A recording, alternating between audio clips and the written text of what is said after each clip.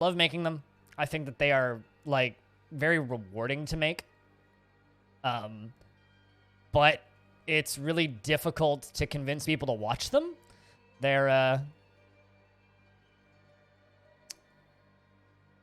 yeah, they're very underappreciated statistics-wise. But I enjoy making them, so I'm going to continue making them. And they're funded through the Patreon, so I will definitely continue making. Investments are open, heads up, chat. You wish to invest your tickets. And I think it's time for us to hop into the spike of Zealots. What about that time?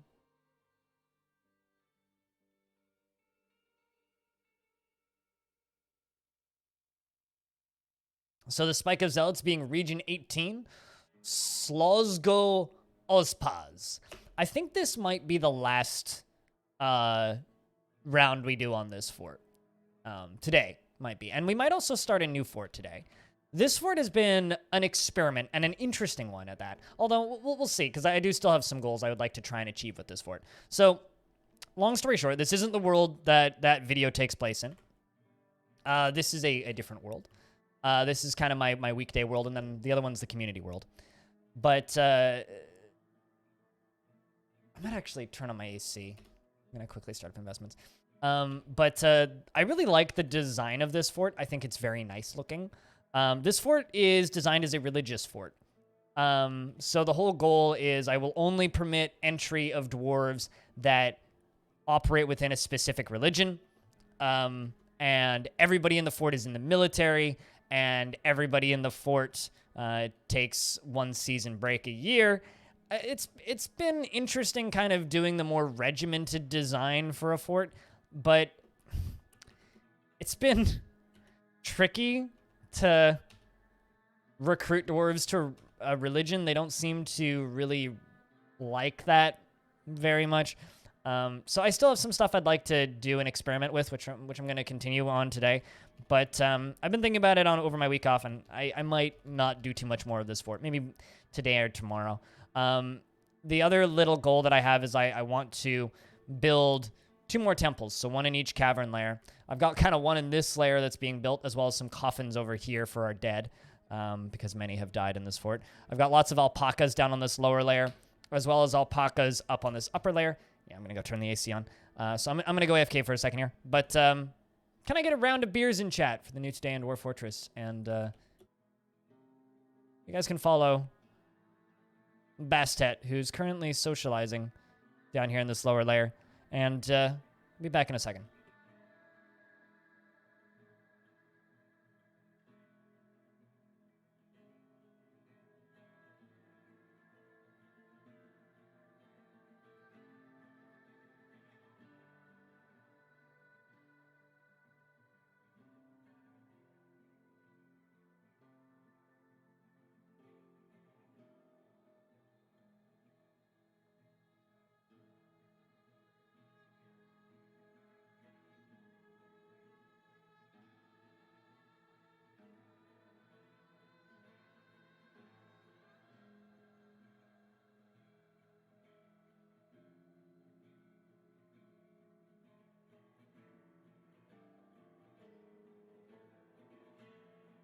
Yeah, the temperature in here has gone up by about 6 degrees since I started streaming, so yeah, a little on the warm side. Also, Cassiopeia, I didn't actually say hello when you said welcome back, so thank you very much, and it's good to see you. Hope that you're doing well. I think that we're going to need some more coffins. I mean, right now, I'm pretty sure most of these are full. Actually, no, they're not. Okay, I kind of thought that more of them would be full. All right, so something that we're working on is I'm working on a drowning chamber for our warrior monks. But yeah, we've also experimented with some interesting things, such as like forcing everybody to work outside, which has been kind of fun. So like most of my crafting is out here in this little area or up here. So they're getting rained on all the time. So we're really like the general joke of, oh, well, they got rained on once, so their lives are ruined is very real in this fort. So that's been kind of fun to deal with. As far as named dwarves, since it's been a while, let's do a quick check-in. Who is alive? We have War Merchant, Bastet, Vin, who is our glorious expedition leader and cult leader. Mossy Griffin. Junior the Just, Goats, Hops, Pablo. Cyrillac, Non-Profit Apostle, Magna, Chocobo. Eric Shadowblade, Flowy Ghost, Saigon, Patolus, Big Swiss, as well as Axon the Bard down there at the bottom. So that's the current name towards. If anybody would like to get Dwarf, just let me know. Normal rules still apply, as per normal. And yeah, that's where we're currently at. So as far as fort goes, we're going to get right off to work, and we're smoothing up some more bedrooms for our recent arrivals, because I'm pretty sure I got a lot of unbedded dwarves, or unroomed dwarves. Let's actually just check. Yeah, we got 1, 2, 3, 4, 5, 6, 7, 8, 9, 10 dwarves that still need bedrooms. Yeah, you are indeed still alive. Wave depletion wishes to be checked in on. Yeah, so let's first where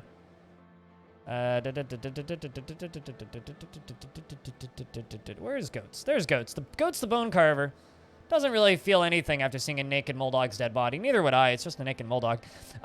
You have 2 kills, including one troglodyte, and generally you're doing pretty good, Goats.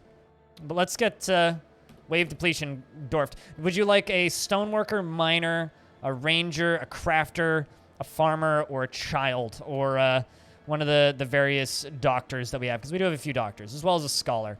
Rhinestone was our glorious author in this fortress, and then he went and got his face stabbed to death, which was kind of unfortunate. But, you know, it happens.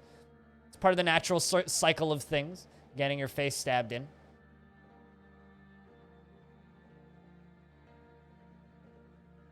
You would like the ranger? Okay.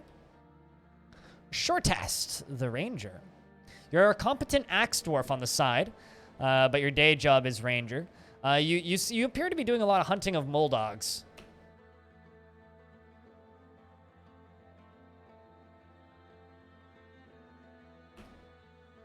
All of your, or obviously not all of them, because we've been slaughtering them and they are delicious, but the majority of your alpacas are indeed alive, yes. Within the last season, she was frustrated being unable to pray to Abil for too long. You should just go pray to Abil, because we do have an open temple. Your gods of choice are Ustlir Osteg, not our... you're allowed to stay here due to your husband, Domas, the doctor. But aside from your husband, you actually don't worship our glorious gods. So you're a bit of a heretic, but it is what it is. You feel very interested after reading a bunch of books. 62 years old, born on the 14th of Opal in the year 87, and has a very round chin and eyes that are somewhat protruding. Personally respects power and doesn't care about art one way or another, and dreams of mastering a skill. She feels best when everyone gets along without any strife or contention, and she lives an orderly life, organized and neat.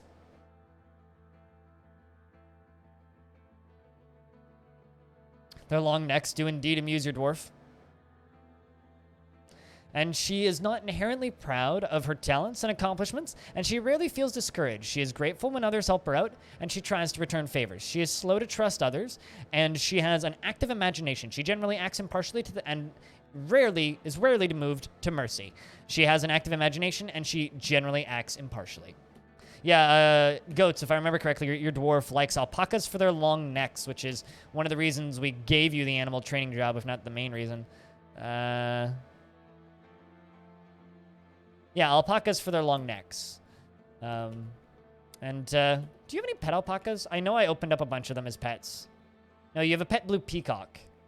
Wait, hold on. Was that 2 pets? Blue peacock. Oh, you also have a pet alpaca. Yeah, your pet alpaca is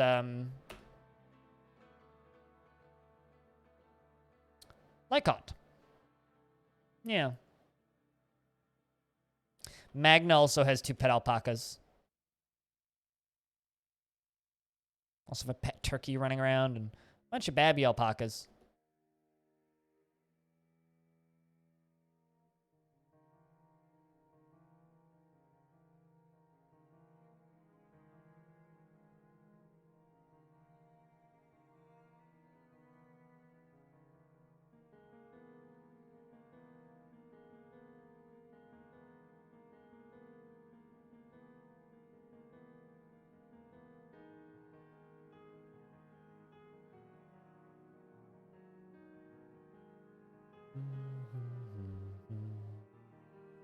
So hopefully we can keep this fort happy. Because the dwarves are a little upset. I keep on expecting this fort to just, like, explode into tantrum spirals and loyalty cascades, because there's quite a few loose cannons in this fort. And the issue with the loose cannons is everybody's very heavily trained in the military. So, you know, things could suddenly go very wrong. All right, so this is kind of our side entrance. We need to actually set this up as a defensive structure. So we're gonna get to that. Let's make a raising bridge right there. We're going to make it out of rock salt. Well, actually, let's make it out of granite. Granite's a better material. I like granite more. And we're going to make a raising bridge right here. We're also going to make it out of granite.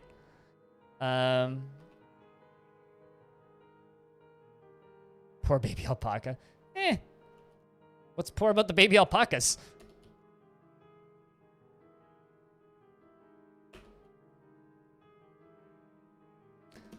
And we're going to carve this whole thing out. This is going to be our whoosh reservoir. It's going to be a pretty slow drown, but we'll do what we got to do.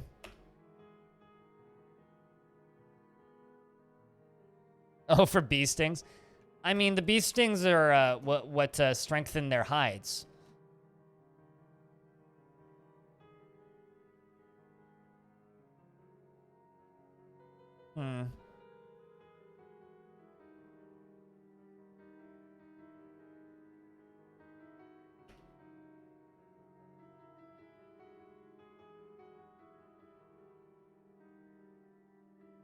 I need something to build up a little bit of pressure with this so that it actually whooshes instead of just, like, gently flattening out.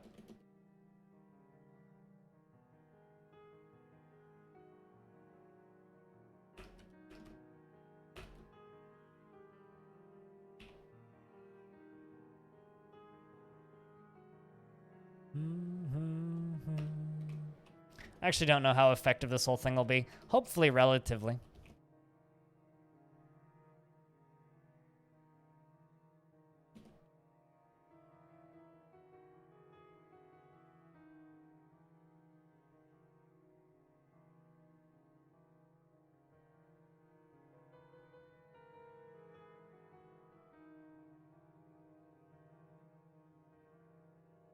I mean, you'd be surprised what a bee can do. The real thing that I wonder about is bees die when they sting something, right?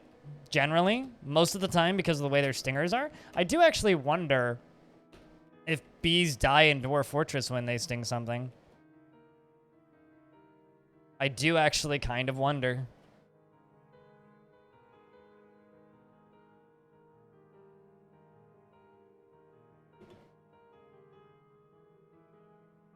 Because that would be really curious now, wouldn't it? Like, oh, well, that's going to hurt your bee population because they're constantly stinging stuff. Not that it would probably matter because there's so many of them in every hive, but still. Right, yeah, we're interrogating everybody. So we had a little,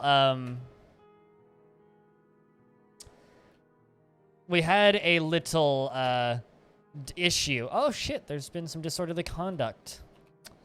We'll have to deal with that. Yeah, it was this human and this.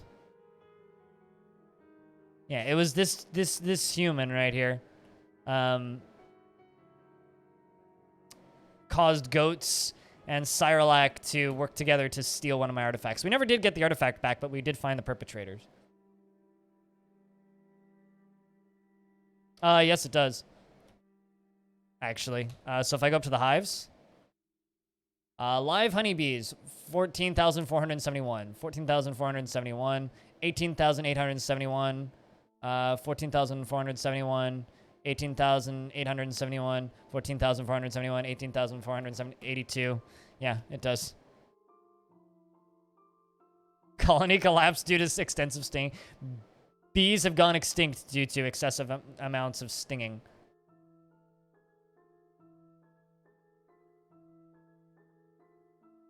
Music's a little on the quiet side. I could turn up a little bit.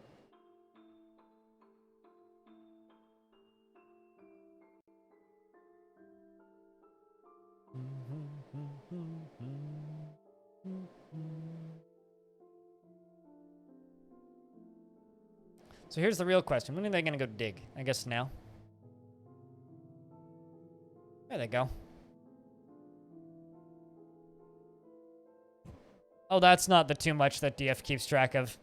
Just start realizing that every single dwarf and character in the world has... it's keeping track of all of their digestive systems. Like their last meal. And whether or not it makes them feel sick. And it can make them feel faint.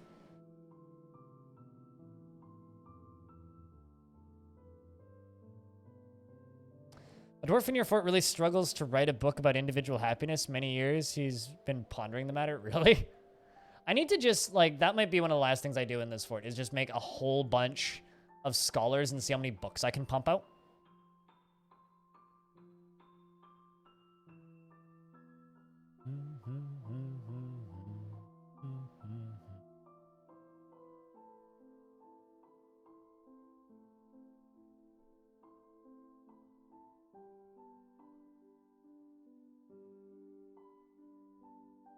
Reaver cancels, carve ramp, shaken.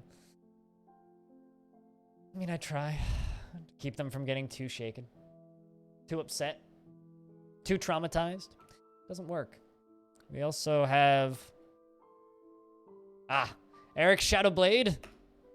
Punching the Weaver in the upper body. Eric Shadowblade also interrogated the gem cutter, but no new information was revealed. Looks like, I think we've already found the 2 plots that happened in the fort. The whole concept of happiness is fraudulent as far as I'm concerned. Doesn't actually exist. Remember, if you'd like to help out that little video that I posted a minute ago, upvoting that subreddit post, as well as going to the video itself and leaving a comment, very much helps me out. And, we hit damp rock. Which is to be expected.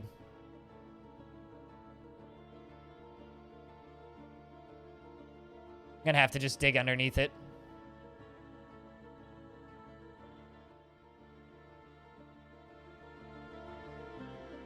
Gonna have to just dig underneath it.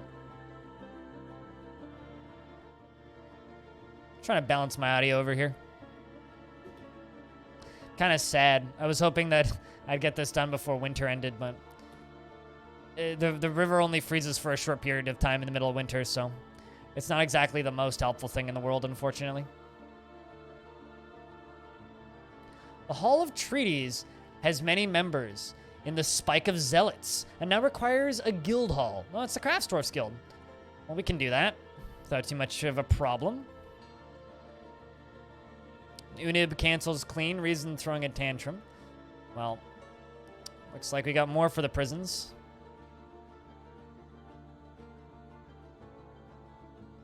Good thing we've got very convenient prisons. Ponce, thanks for the host. Cheers, man. How you doing today, dude? How was your long-ass stream overnight? With, like, new game plus. I can't keep track of that stuff. You guys don't know Ponce. Ponce plays a game he hates called League of Legends, and also plays good video games like Neo and Dark Souls. And games that look hard. Too hard for me. I play easy games that nobody can visually comprehend, so they think I'm good at video games, when in reality, it's very much a lie.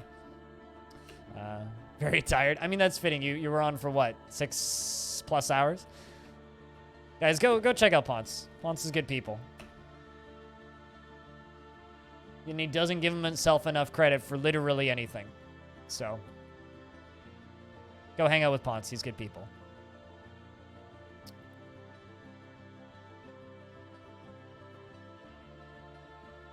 Just make a little guild hall for my dwarves. 12+ hours? Yeah, I guess. You were just hitting 10 hours when I tuned in, right? Slaughter that donkey. Unib is throwing a tantrum. Oh, boy. Oh, boy. Yeah, it turns out putting literally every dwarf in your fort into the military, not the best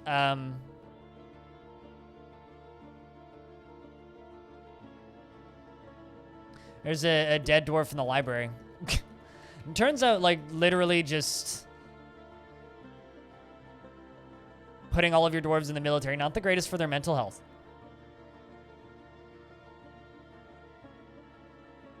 Like, it's really not. A lot of them don't like it.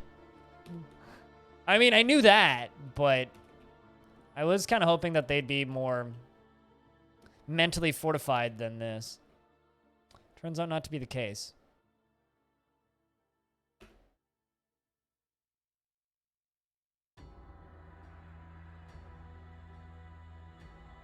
And possibly die. Well, don't actually die. Just go fall into a nice soft slumber and go take a long nap.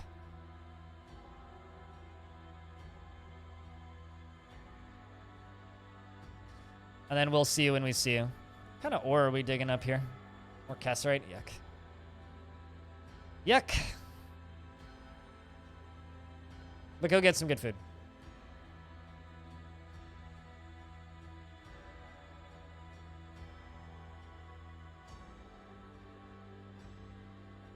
But yeah, no, I'm really curious to see what the new embark screen's gonna look like that Tarn's been teasing. Because I don't know, I don't have the highest hopes. Like, I think people are gonna not be super enthused by what they see, but people who already play DF will be like, okay, yeah, that's just modernized DF UI. Like, chat, do you guys have any particular expectations or hopes from the tease of the UI? Or is it literally just a, whatever Tarn does, and we won't worry about it?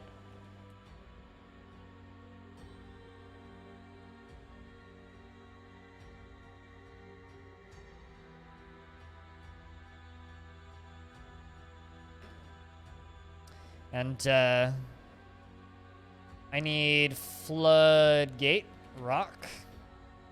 It's 2. I won't need, actually, no. Rock, Floodgate, 10. I'm gonna need some extras.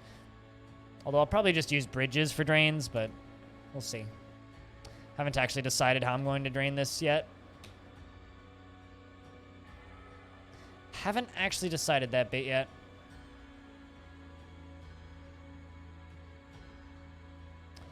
So I got 2 dwarves in prison right now. One is really upset. The other is even more upset. Eripterus, hello.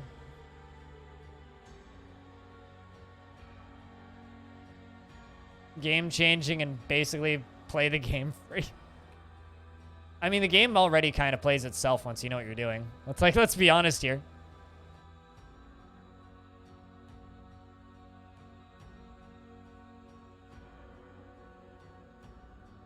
You don't really have an opinion on it? Fair enough. So do you just watch streams then?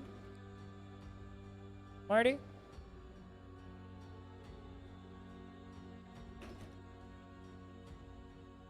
Because, I mean, that's fair if that's the case.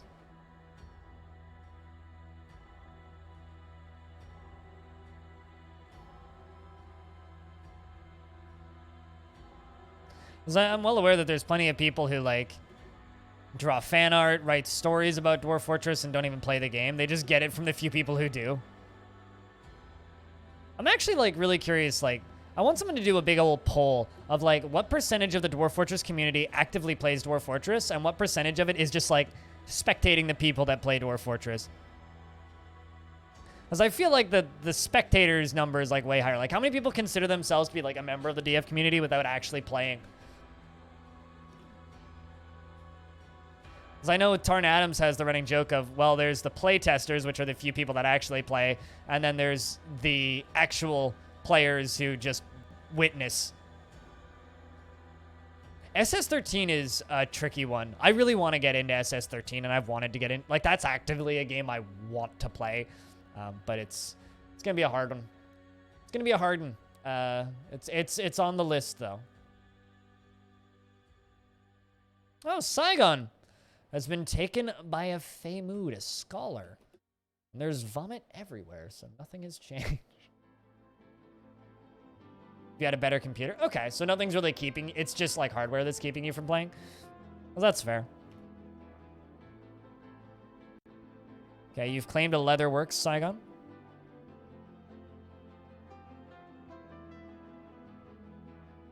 kind of bar is that? Hey, Kiri. It was nice catching you. You should start your stream earlier, more often, then I can actually pop in and say hi. It was like a perfect before bed stream. Although I was like a minute and a half behind because phone. The delay gets really bad on my phone. Hello, Danoj. If you guys don't know Kiri, Kiri plays 2D games. And Kiri's part of my stream team, and she's wonderful. And she streams before I do, so you can, like, conveniently watch all of us. And we can take up your entire day instead of just, like, part of your day.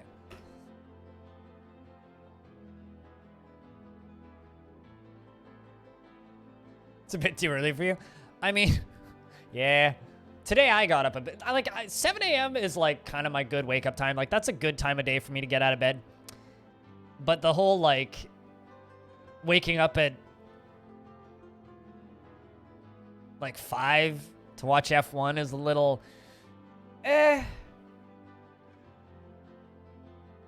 Zygon's is begun a mysterious construction. What? Has begun a mysterious construction. What have you grabbed? Alpaca bone, some nickel bars, rope reed cloth, red zircons. Whoops, hit the wrong button. Cassiterite, billin bars, bronze bars, and alpaca. That's gonna be a valuable one. I hate Goon Station because I hate everything to do with Goon Swarm and will not associate with such secretive fools. No, I just won't associate with such asinine fucks. I do have permission to stream on certain stations. For example, I have permission to stream on Rust Station, which runs 24/7, because I'm friends with Russ. But the issue with Rust Station is you're not really gonna have players because it's run by a streamer and it only really fills up when he's streaming. So I could just stream when he's streaming, and he told me on Twitter that, like, he's totally okay with me doing that. The problem is I'm not good enough at SS13 to actually, like, I can play it, and I can play it functioning. Like, I can do the basic jobs. I can be, like, a janitor and shit and just, like, kind of do what I'm told. But the problem is I can't really do the more complicated jobs, and even the simple jobs, I'm not good enough at playing the game that I can play it competently in a way that's enjoyable to view, if that makes any sense. So it's a tricky thing. Yeah. But yeah, no, I won't go anywhere near Goon Station because fuck Goon Swarm, fuck 4chan, fuck all those people. Screw that shit. I don't want anything to do with it. Cancel sleep. Reason. In custody. Going to prison. It's always a good reason to cancel sleep.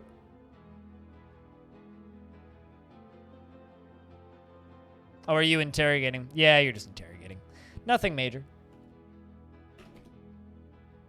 A super complex game. I mean, it's funny. People say Dwarf Fortress has bad UX. Humbly, I disagree. Space Station 13 has bad UI. UI looks like it was drawn in MS Paint, and in a lot of cases, it was. Dwarf Fortress is just hotkeys. I can deal with hotkeys.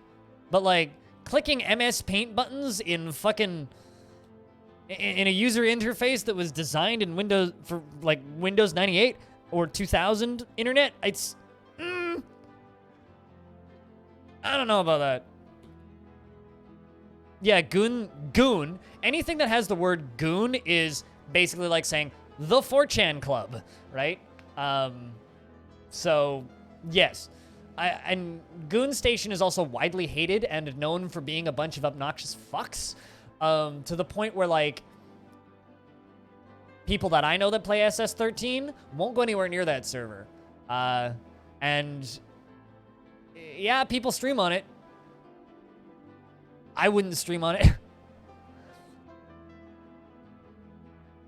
Saigon the Scholar has created a Gathanol, an alpaca leather bag, and offers it to the rights of equivalence. That is a beautiful little artifact.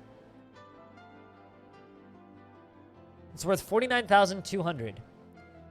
This is an alpaca leather bag. All craft store ship is of the highest quality. It is studded with nickel silver and decorated with rope, reed, and alpaca bone, and encircled with bands of rose-cut red zircons. And this object menaces with spikes of alpaca leather and cassiterite. On the item is an image of an long, eight-sided prisms. 8-sided long 8-sided prisms in bronze. On the item is an image of an octahedral octahedra in Billin, because that's confusing. It's just 4chan now. I mean, Something Awful and 4chan, not that dissimilar. The difference is Something Awful you had to pay $5 to get into, whereas 4chan you didn't. And Something Awful is essentially dead these days. And Goon Swarm came from 4chan. If anything, they came from 4chan and have ended up on Something Awful as well. But traditionally, if you see Goon Swarm or Goon, it's 4chan, especially now. Also, let's be honest. Who actually is old enough to remember what Something Awful was?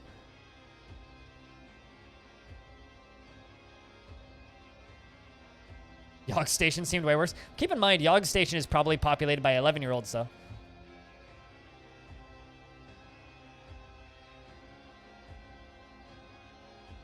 But no, I won't associate with Goon at all.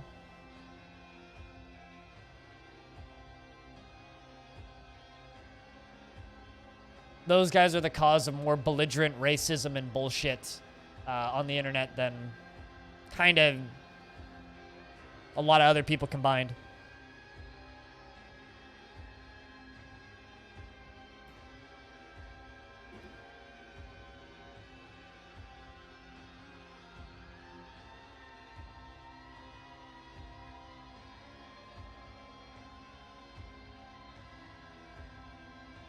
But then again, I also... What's the word? I'm kind of bad for this, though. I tend to judge people on their cover a little bit much. So it's like, if you associate yourself with a bad group of people, I'll just kind of be like, you need to question your life choices and move on really quickly. Like, there's plenty of people that associate with the 4chan group that really like Dwarf Fortress. They have the same problems as Goon. And it's kind of disgusting, some of the screenshots that comes out of their Discord server. Like, a lot of the shit that they say is, like, upsettingly bad. And I know that there's some people who watch my streams who are in that Discord server who associate with those people, and it upsets me. But not much I can do. All I can do is just try and keep the people who watch this stream as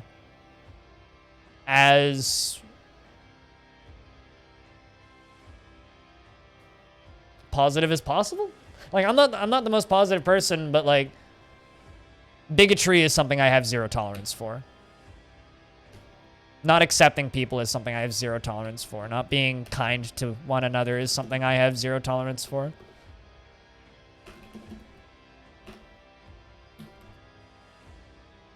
And if you can't accept other people as people, it's like, you might as well just not even be here.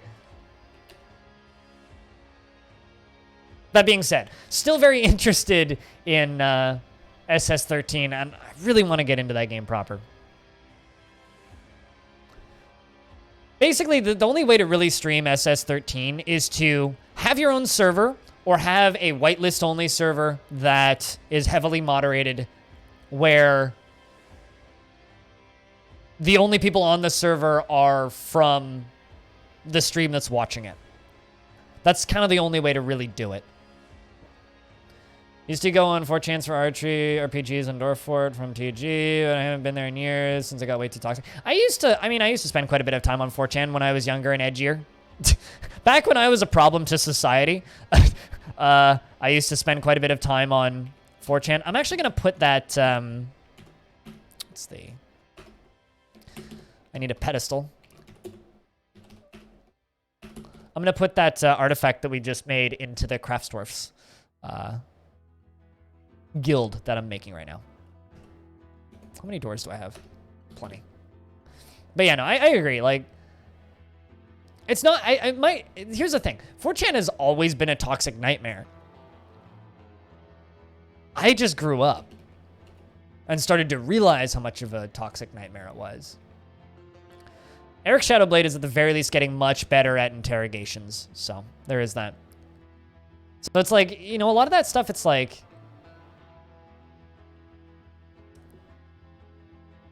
I mean, yeah, a lot of the worst stuff from that site has moved to different sites now, because even 4chan has had to crack down on certain things, but, like, that site's always been a toxic nightmare.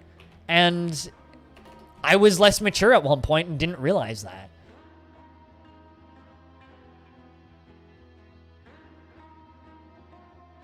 You're not an expert specimen? What do you mean specimen? As far as SS13 stuff goes?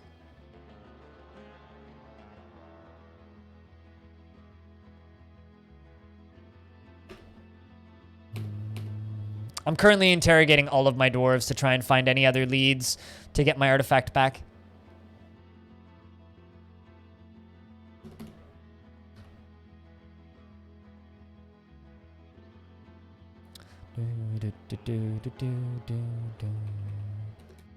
Okay, so I already had a bunch of make rock pedestal jobs going.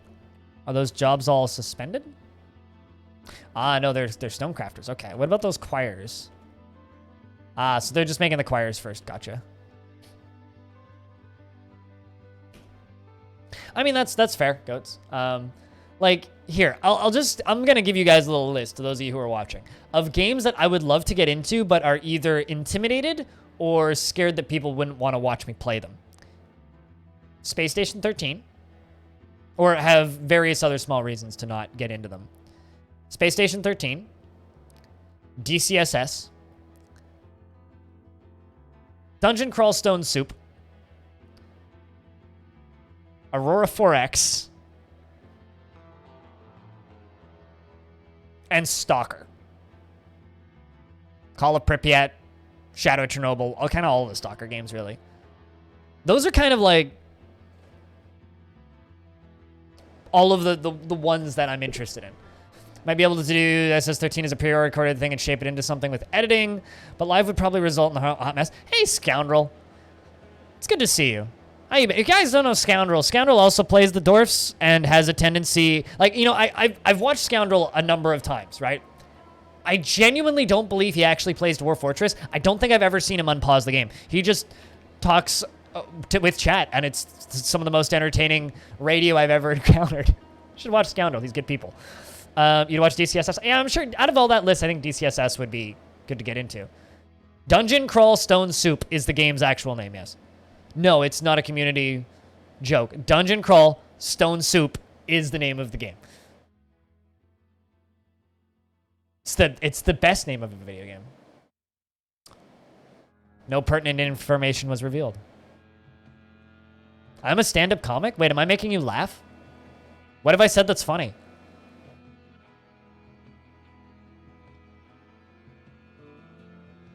No, this is me, but I got up early. I got up at 5:45 in the morning.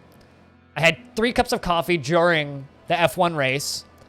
Then I prepped stream, and then I started streaming after breakfast. So I'm like, you know what I mean? But no, stream sniping isn't an issue as long as you have your own server, right?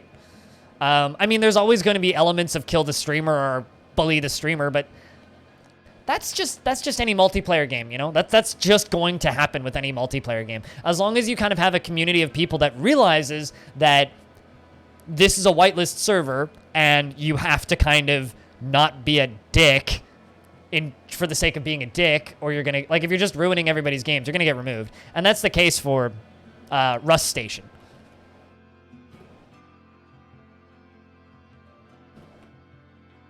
I need thread. Oh, you canceled dump because you're in custody. Imagine canceling dump because you're in custody.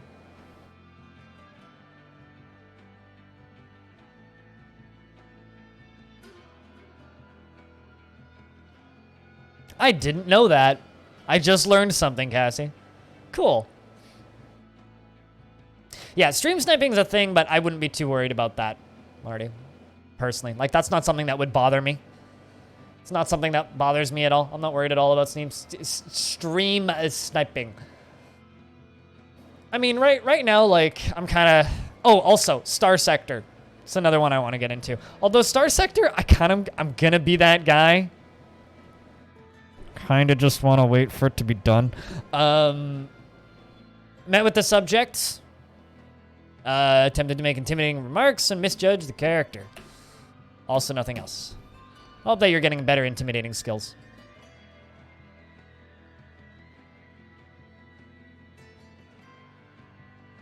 No, I'm genuinely not. But the problem is like, I think Scoundrel is very, very good at talking to like 3 or 4 people in chat. And then when I drop 100 people on him and 5 more people pile in, he just gets flustered and he just forgets he's playing a video game and sits there and talks to the chat. I'm exaggerating a little bit, but like, not much. That and like, unfortunately, I don't get to stick around with many streams for very long because, you know, I tune in and then, or I drop people on them and then watch for a little bit and then go, okay, guys, I gotta go bye. It's just the delivery. Well, I'm glad I can be amusing today. Generally, I'm stone boring and dull and don't really say anything of entertaining or noteworthy. But, yeah, and then, like, you know, there's just all the... There's the super obscure roguelikes that I want to get into. But, not even to count, like, the popular ones. But it's just...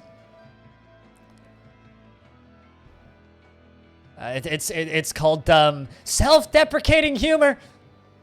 Although I like to think that hopefully the stream quality will go back up, because generally I had a really nice relaxing week off. Generally, like, my mood and general mental health just like slowly degrades as I'm streaming. Like it's an element of like how long I survive, which is why you guys should throw channel points at that thingy to force me to take a day off every day.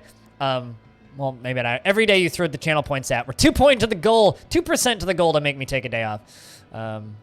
You got 30 days to hit that. But essentially it's a... my mental health just kind of like goes down slowly with the amount that I stream. And then I take like 5 days off for a convention twice a year and it like refuels me and I can go for another 6 months. But right now it's a... because I don't get conventions this year, I need to figure out other ways of like forcing myself to take time off.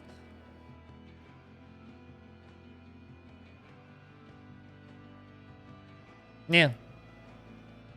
And now you have something to waste your channel points on.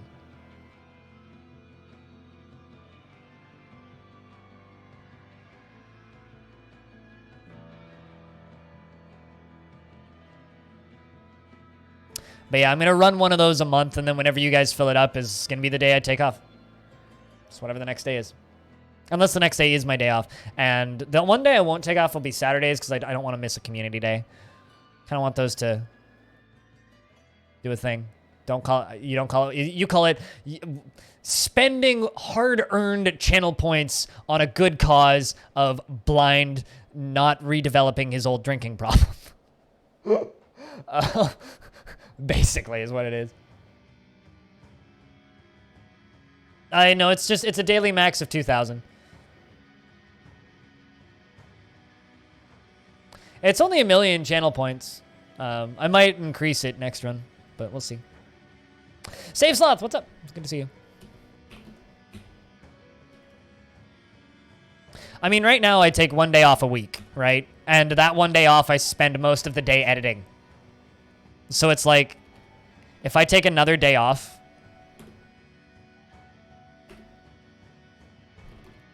it's actually a proper weekend. Meeting area, assign location, add location, guild hall with a G, and let's find us a crafts workers guild. I really wish it wasn't called challenge, because I hate the word challenge, but you know. Word challenge just makes me feel ill. Like, it's a challenge! Not really, it's just a community goal.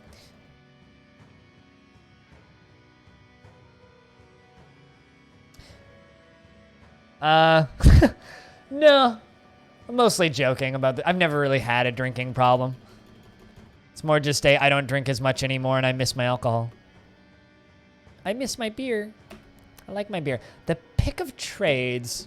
Sure, that works. Display furniture. I need more display furniture! Still working on those choirs, eh? Let's pump that up to the top. I don't see any jobs canceling. I literally just don't have enough dwarves to do all the jobs.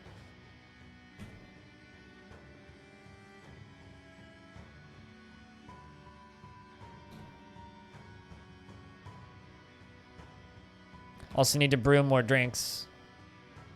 Brew drink from plant, 30. Brew drink from fruit, 30.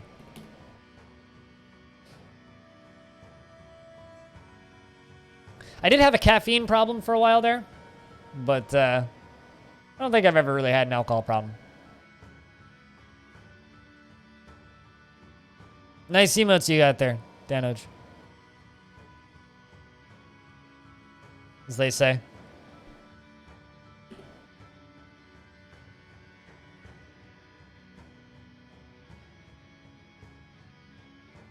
Blasphemous soundtrack is so fucking good. God damn. Just ominous tones. All right, late spring is training season, so we're almost into training season. Gotta keep an eye on that. How you doing over here, Hops? Pleasure near a fine statue, but was dejected after lack of decent meals for too long. Just like ridiculous.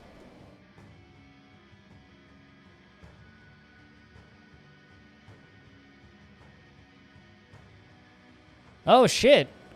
Unib seems to have gotten into a fight with our expedition leader. Ooh, got pretty heavily injured. How you doing, Vin? You okay? Just bruising, I hope.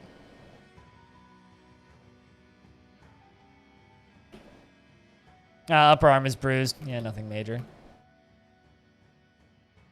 You must inspect the stone soup. Enjoy the stone soup.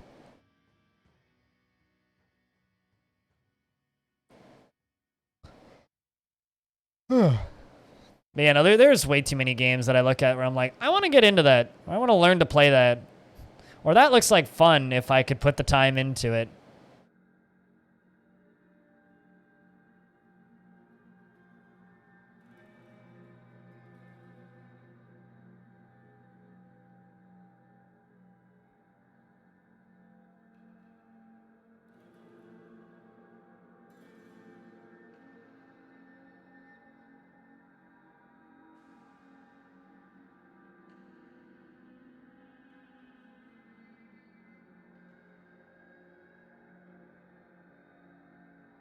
On another topic, you can't wait for DF to be on stream. Hey, IHQ. Actually, what you're looking forward to is a new Microsoft Flight Simulator. You know, in another life, I would completely agree with that, IHQMD. I would completely agree with that. But I don't know, I'm just not in a space where I want to play a flight simulator. That being said, I do want to watch my friend Chili Willy's play the new flight simulator. Well, Danuj, the Tarn Adams posted on the website last night, on the Bay 12 Games website last night, basically stating that the next update is going to be, this is generally the part where I drop out, skip forward.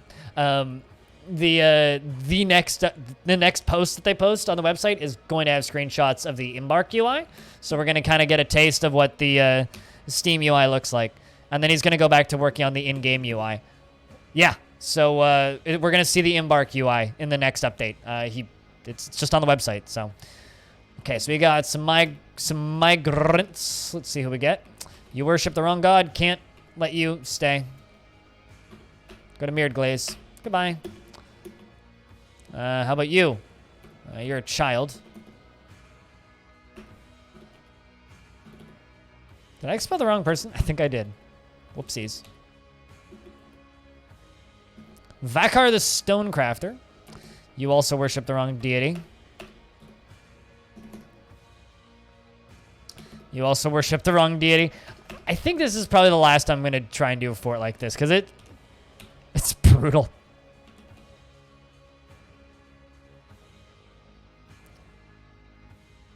But yeah, no, I'm really looking forward to it for two reasons. Reason number one is I'm curious to see how well it does on YouTube. And the second reason is I just want to see that goddamn UI. Here's the thing, though. If it just straight up looks like a super modern UI, I'm going to be kind of sad. I want it to still kind of have that Tarn Adams charm. The, I'm sorry, what the fuck does this button do? Charm? And if it doesn't have that, I will be kind of sad. Like, if it just looks like a phone UX, I will be a little... eh. I want it to have that Tarn Adams bling.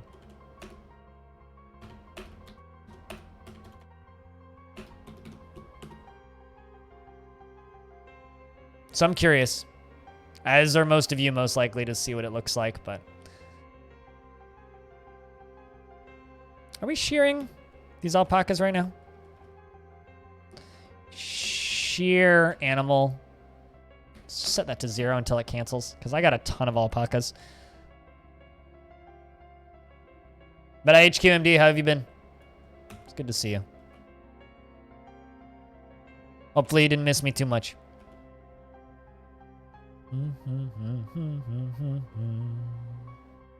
Been okay? That's good. Sometimes okay is all you really need.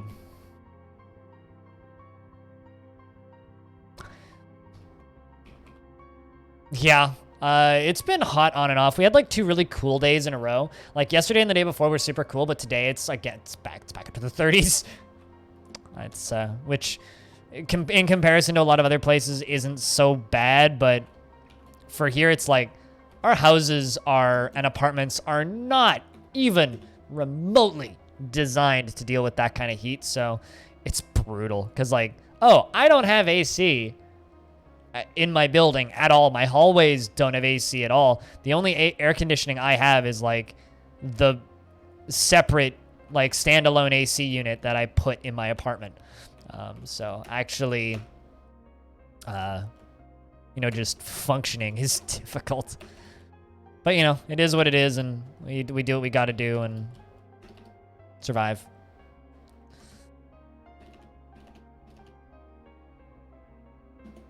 Yeah, I don't know if you tuned in yesterday, but my my vacation, to those of you who didn't, I took a week off. My vacation was good.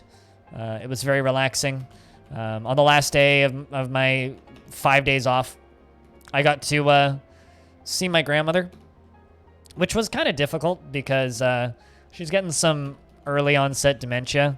She's getting some short-term memory loss. You can kind of, like, I've been able to tell for a while because, like, she's kind of loopy these days, which is a little bit hard to see, but, you know, it's part of life. So risks aside, we've been trying to spend as much time as possible with her, and either video calls or in-person visits like what we did. We sat a couple meters away from her on the other side of her little room and hung out with her, and it sucks, but it is what it is.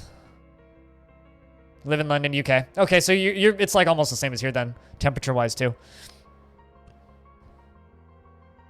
Yeah, no, that's basically here, IHQ. That's like, I feel your pain here. Although you guys have older buildings, which are probably worse in massive heat than here. Cave spider silk shirt. I'll craft our ship. I made a cave spider silk shirt. That's kind of cool. Rock salt amulet. Alpaca bone amulet.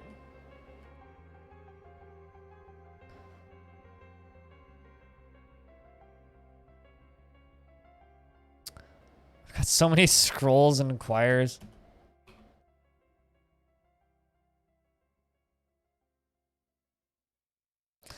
You know, let's put this one.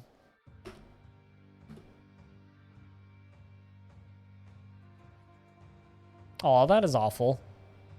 I hope the cat was a happy cat.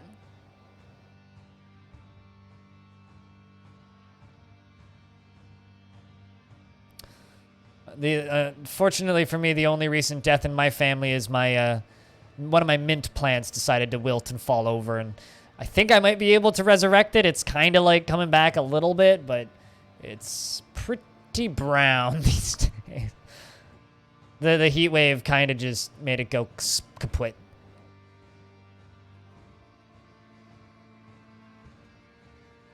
Try as though I might. And all the effort that I put into them. The Dwarf Fortress subreddit does not like the Today in Dwarf Fortress videos. It's very unfortunate. In fact, it's been downvoted. So that's cool. Not much I can do.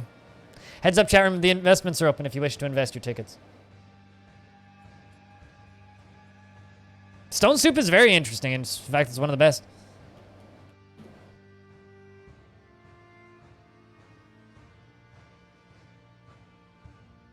Or no one has it. No! Divin.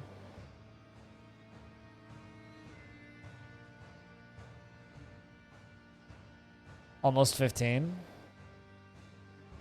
Yeah, that's pretty good. My parents' cat is 19. I'll actually be taking care of him next weekend, I think.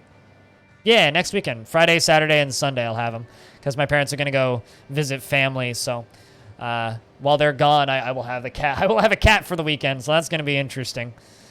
Depending on where he decides to sleep, I may try and rig up this shit cam to be a cat cam. We'll see. We'll see. Depends on where he decides to snooze. It's a very valuable guild hall. Craft stores will love it.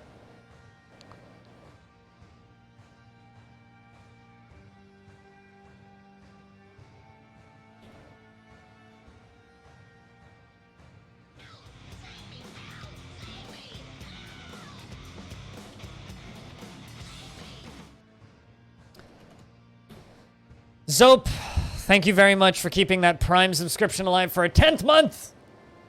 Almost a year, man. Almost a goddamn year. Hope you've been doing well. And thank you very much for sticking with me and continuing to watch the streams. Guys, can I get a big old proper round of beers in chat for Zope? For keeping that subscription alive. Cheers, man. Thank you. It's training season for the dwarves. Ironically, like, a lot of them regain a lot of their sanity back during training season.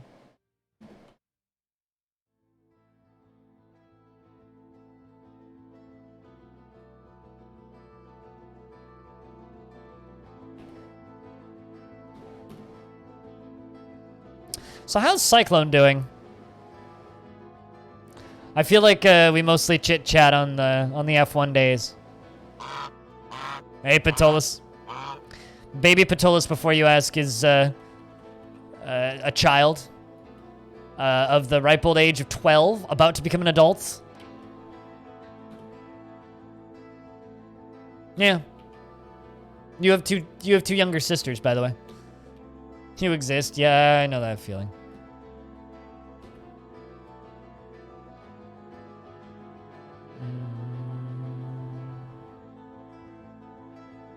Well, as long as you don't. Trust me. I know how that feels, though. I really do. The whole, yay, you get to stab yourself with needles every day for the rest of your life. It makes the depression pretty bad at times, which is why I took a week off. Matt has the honk sound. I sent it to him. Although he doesn't have the nut sound. The nut sound is the very important sound. Good win there, Cycle. And Duvin and Peter.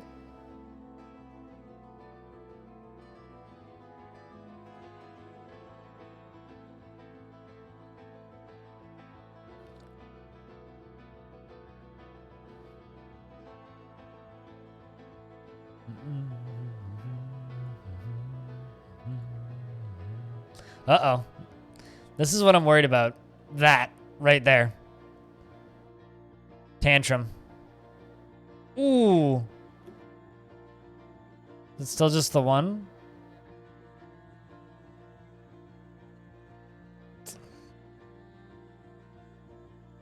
Ugh. Mandatory military time is not easy, let me tell you. It's what? Mafful, the Axe Dwarf died? 2 dwarves found dead. Datan also was found dead.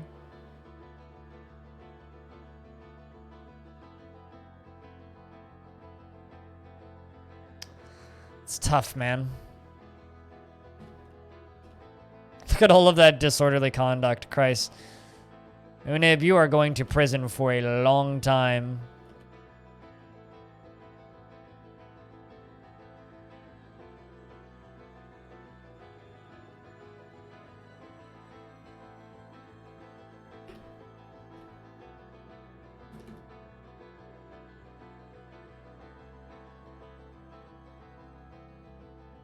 Yeah, dwarves tantruming in the middle of a training session is always rough. It's one of the hardest things about this fort.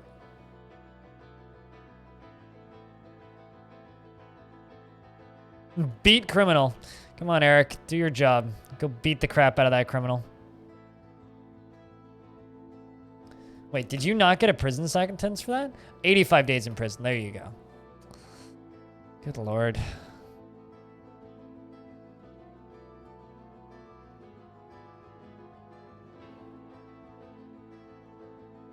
Ognat is also throwing a tantrum.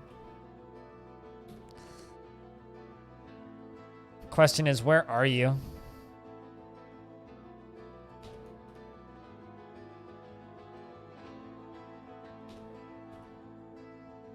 Yeah, you. Can I just expel you? 'Cause you're a problem.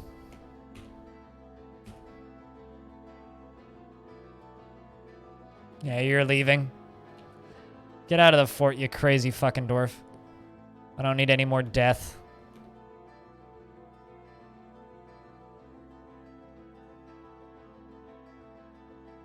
Someone always going to badly hurt or die. Yeah, exactly.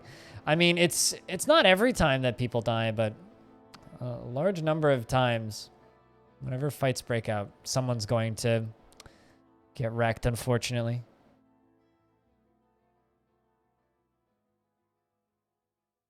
But yeah, to those of you who missed my first day back, how goes the cult? Not great. Not great. Not great at all, let me tell you. So to those of you who missed the first stream back, what do you guys think of my new camera? I'm quite happy with how it looks. I've got a, at some point today, I'm supposed to be getting a little ring light for it for once the sun goes down and in times of years where, you know, there's not as much light in my apartment because this is all natural lighting right now. All of this is natural light. In fact, I'd like it to be a little darker in here, but once the sun goes down, it'll get kind of dim. So I've bought a little ring light to just light my face up.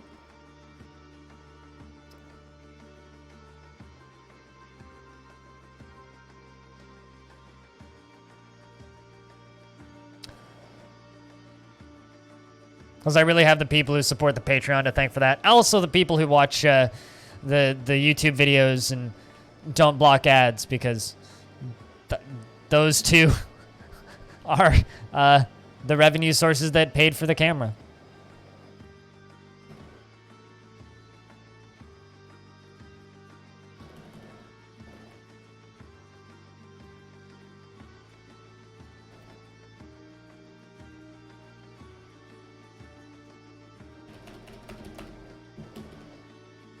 One ring to light them all. I mean, one railing to light the face. I don't think there'll be any to bind them, though. It's a jazzy dwarf you got there, Patolas.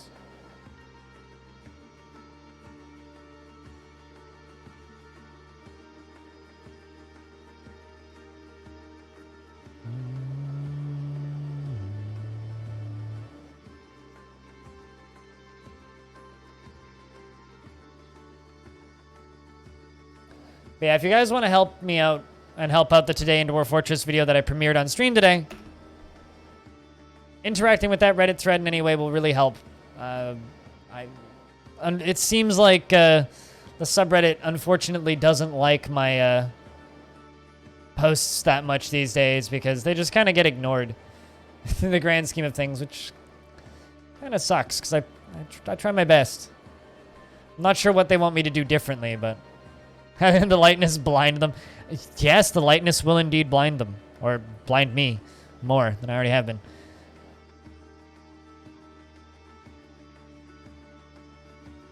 See how those boulders are doing.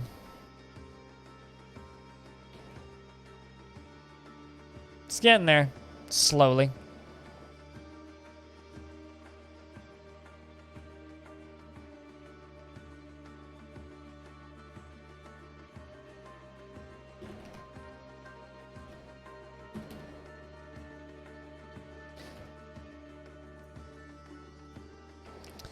Kind of wondering if I could...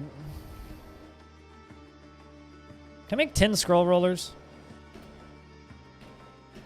Let's do that.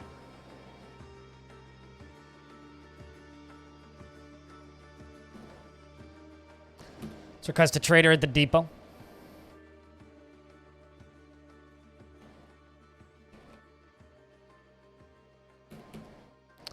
Let's cancel drink from plants, but we got more fruit than I know what to do with. My name is Unsi. I'm from the Merchants Guild. Let me extend my greetings to your people. There is much to discuss. There is much to share, and information has been added to your maps. What requests do you have of our merchants? What do I need of them? Metal. Bronze, brass, silver. Black bronze, gold, silver, and copper. Don't need gold. We have finalized the import agreement. Feel free to go over the documents. I don't know why I sound kind of like a Dragon Ball character. Let's discuss what we're willing to offer you for your Craftsdwarf ship. This voice is starting to make me feel like a chain smoker. Oh, I pressed the wrong button. We have finalized the import agreement, or the export agreement. Feel free to go over the documents. They want to buy crossbows, quivers, plants. They really want to buy plants. I could sell them some plants. Very easily. Prepared meals, obviously. Goblets, seeds, backpacks, thread, bucklers, and tanned hides. Yeah, sure, I'll sell them some plants.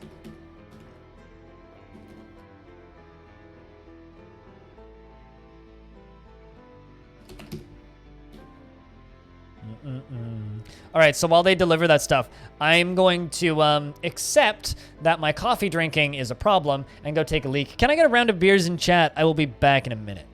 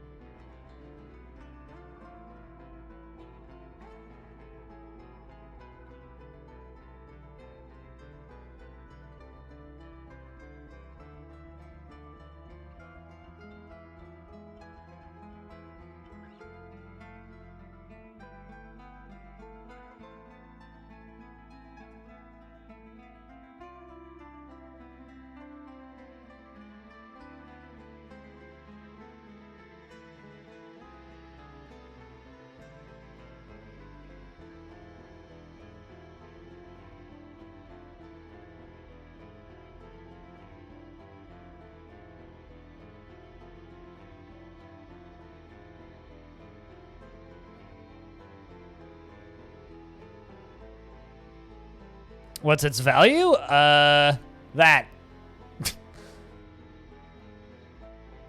Big number. How many digits is that? 12,675. It's 1.26. So 1,267,515. I kind of wish it would put like a decimal in there so I could tell at a glance easier what the value of the fort was. I don't really worry about fort value, though. It's not really a high score or anything for me. Not a race. Oh. I needed the... I already had the broker there. Trade. There we go. Give me all of these bars. Because of siege sizes? I don't worry about that. If I think about it too much and min-max that stuff, it removes a lot of the fun and surprise from the game.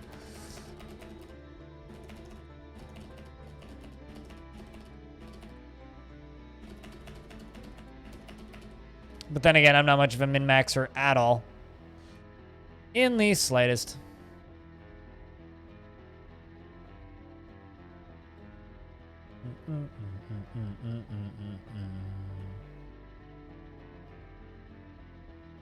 Spile your parchment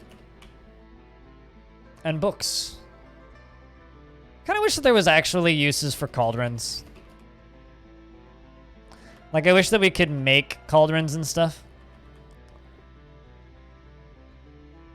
Like, they could maybe be added to cooking to cook stuff better. Add more value to the stuff that you cooked or something. I don't know. Guess I could be making I should really be milking my alpacas. I'm assuming you can milk alpacas.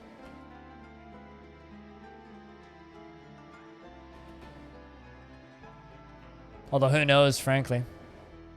You can? Fair enough. Kind of figured you could. Yeah, that's plenty. Thank you for your business, humans.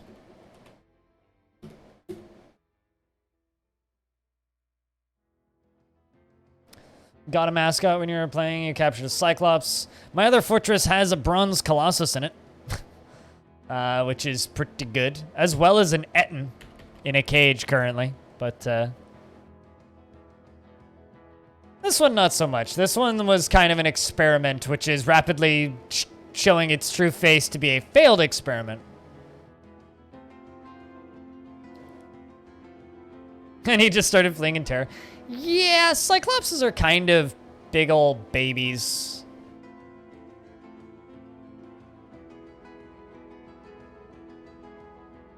I love rye, and I love sourdough, but recently I just eat a lot of very grain-heavy brown, like whole wheat bread, because it's got the highest fiber.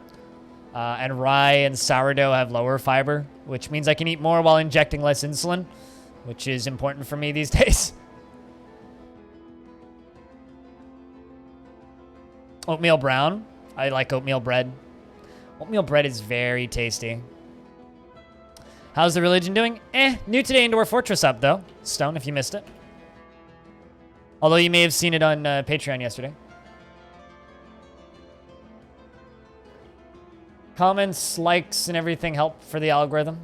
Because the algorithm gods are worse than the skull god.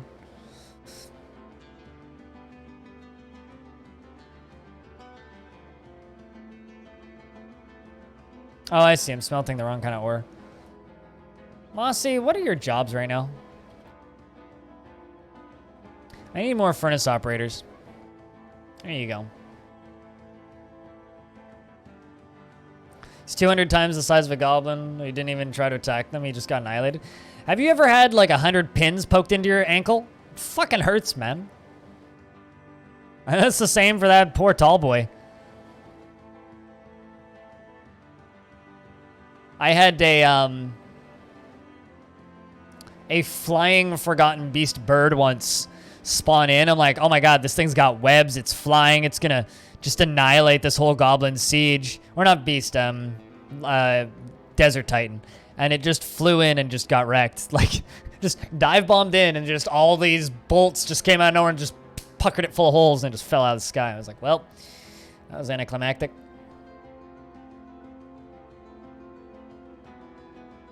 The Cowardly Cyclops. That's a good name. I like that one. I appreciate that naming convention. That is quality.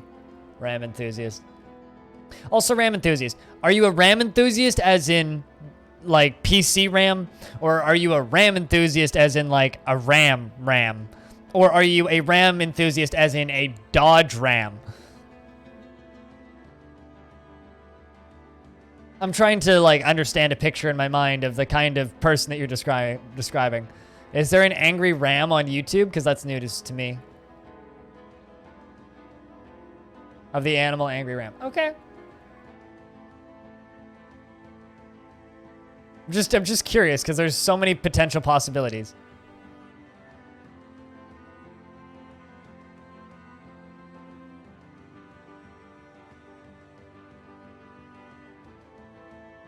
Is this like that, like, grumpy cat, but for a ram? I don't really pay attention to Animal Tube much, I'll be honest.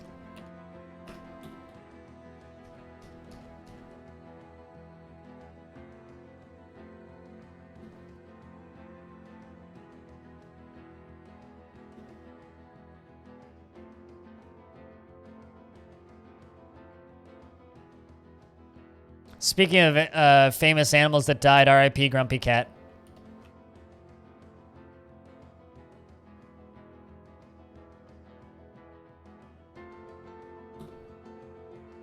Poor thing. That would actually made me kind of sad when I heard about it. I was like, "Oh, poor grumpy cat."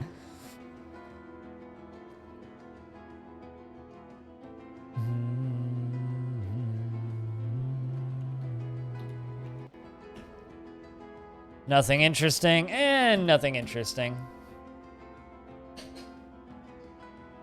Also, the battering ram could also have been an option. On the topic of funny names about YouTubers, there was a, back in 2018, there was a guy that used to watch this channel named IFAPTheQuill18.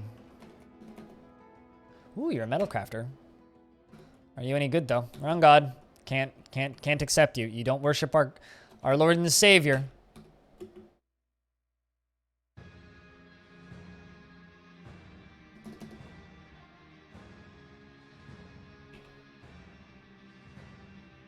You do, so we can accept you. The peasant. Well, immediately join the military, because military is mandatory.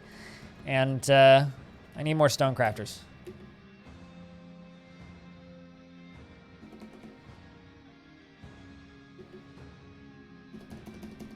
How about you? You worship the right god. Hey, Psychon, how you doing?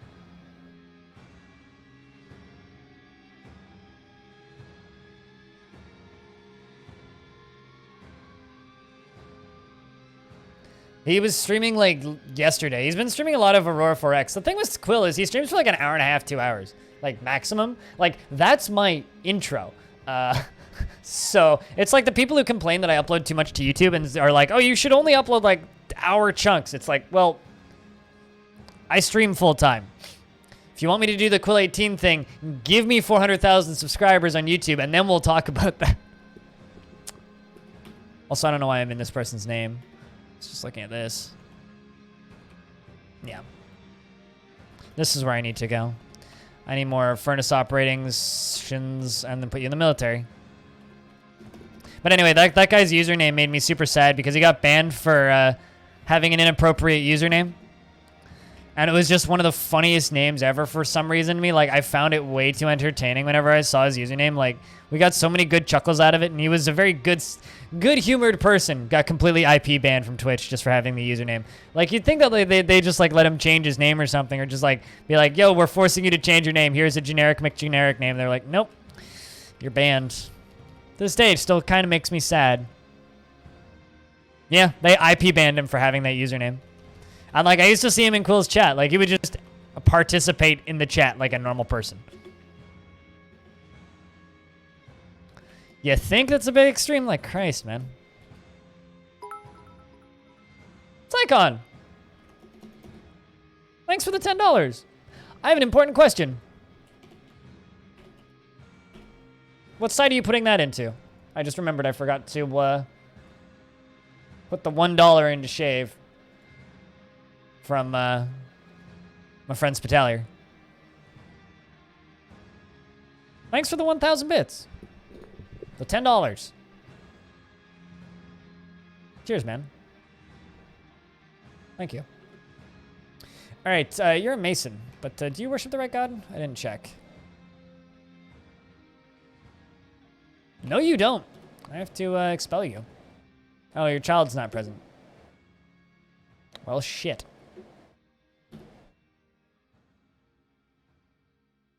Thanks. Seriously. So you want to put that towards shaving or not shaving? Or neither. You can also just be like, I refuse to participate in this obnoxious twattery. I don't think twattery is a word, but if it is, I'm making it one. But if it's not, I'm making it one.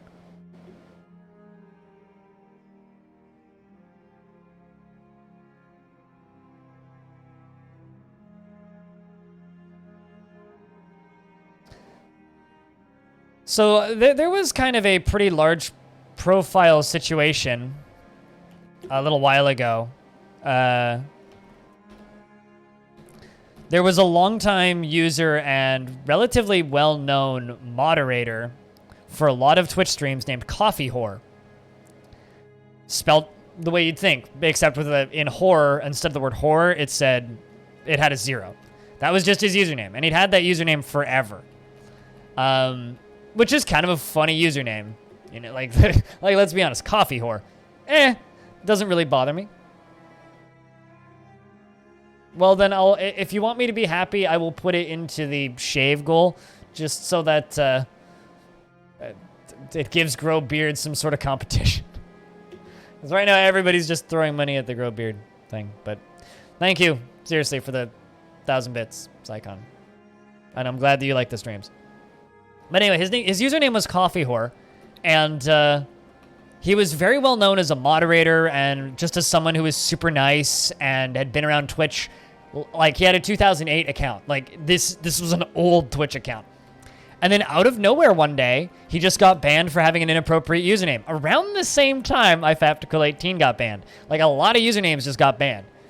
And, like, again, got globally banned. But because he moderated for a lot of really big channels, the big streamers, like, backed him up and were like, hey, and it blew up on Twitter, and he got his account unbanned, but... Unfortunately for the other guy, nobody cared. Guys, can I get a proper round of beers in chat for Psycon? And the $10 tip. Thank you so much, man. I hope you like the new cameras, by the way, Psycon. I'm not sure if you were able to stop by the stream yesterday, but... Thank you. You gotta be subtle? Yes. One of my favorite subtle usernames that I ever saw was Cockadoodle Gobbler. Spelt exactly the way it sounds. Cock-a-doodle Gobbler. I don't know what a cockadoodle is or why you would want to gobble one, but if you say it really fast, it sounds funny.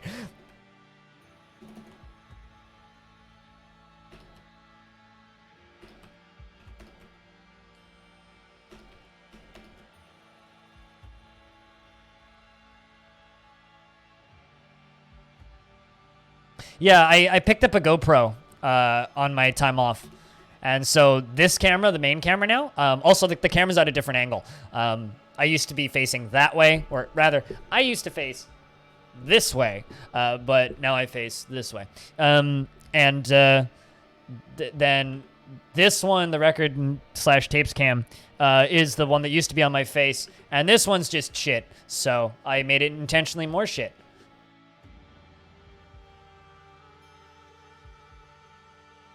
Would I feel a bit violated? I'd ask them why they had that username and then take it as a compliment. I mean, I've straight up had people tell me that they do that. That makes me feel a little violated. But a username? I can take usernames as a joke very easily. Whereas, not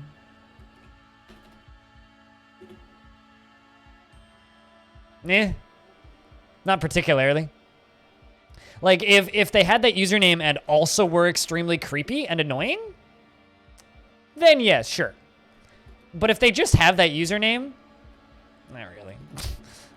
That wouldn't necessarily bug me. Hey, Gimper. I hope your pizza was good.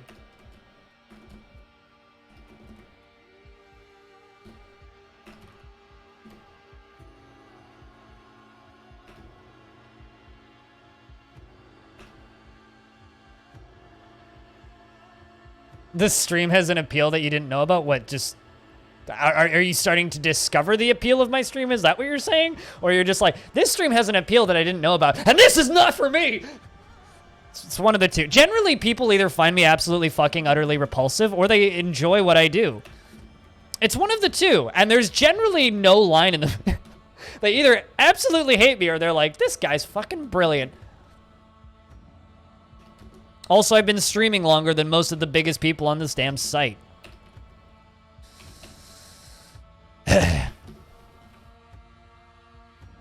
I'm like Marmite.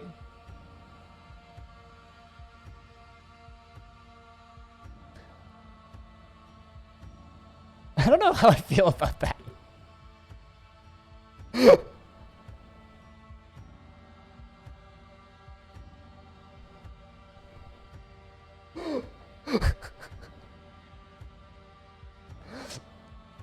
Hey, Sid. What's up, dude? It's been a minute. Shit. I'm like Marmite. My stream was... I almost want to put that as my stream bio. My stream was once described as Marmite. Most people fucking hate me.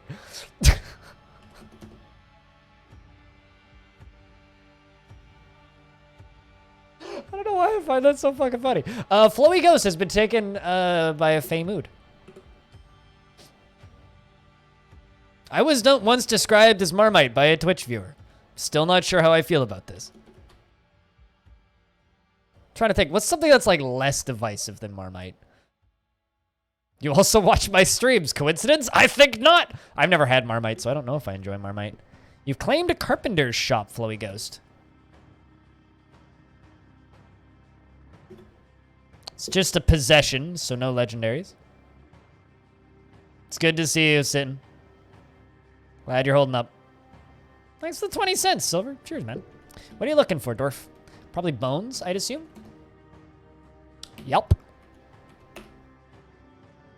Time to slaughter and stabby some alpacas. Also, milk alpaca. Milk animals. Let's just milk 10 animals. The Miracle Whip. God, can I not be Miracle Whip? Because I can just agree that... Can we all just agree that Miracle Whip is disgusting? Vote for shave, so that's 20 cents on shave. Gotcha.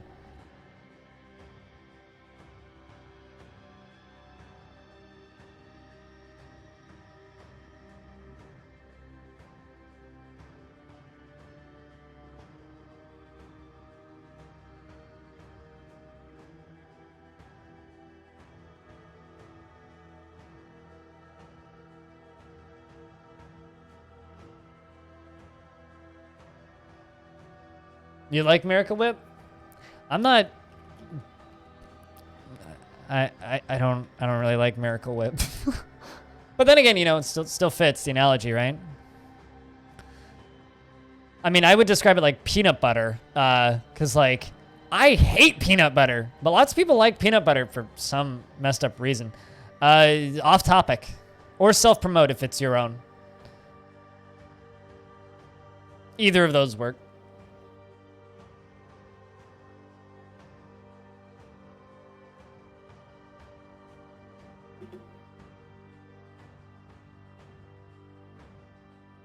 Is anybody butchering an animal? Yeah, you are. Slaughtering a stray alpaca. See, ketchup is pretty widely accepted as good. I think it's illegal, or should be made illegal. See, I was... Let's take a lovely fruit, the tomato. Remove everything that's good from it, the seeds, the vitamins, the nutrients, everything that's good about it, and just jam it full of shit, garbage, shit sugar, and put it in a shit bottle that sounds like shit when you put it on your shit. It's shit! Stop eating ketchup! It's funny because, like, that clip alone should demonetize me. And doesn't, oddly enough. And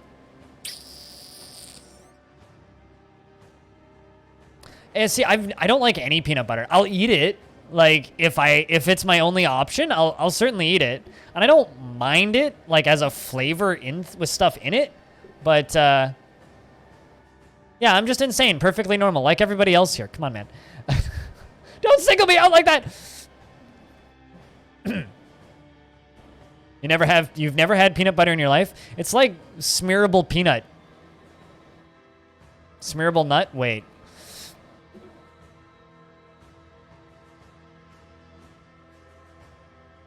You've also never had peanut butter? My God. Well, trust me, you're not missing much. Shit's disgusting. Yeah, no, my ex loved peanut butter, and like, so I used to always have it around the house, but like, I haven't had peanut butter in over a year and a half now. You haven't had, see, I like peanuts. I just don't like peanut butter. You know? Like, peas are good, nuts are good, peanuts are good, but you don't want a peanut in your butter.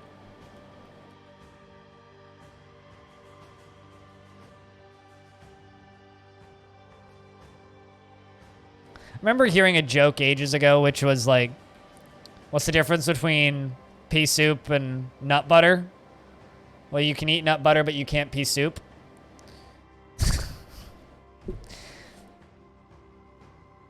I don't know why, but it always cracks me up.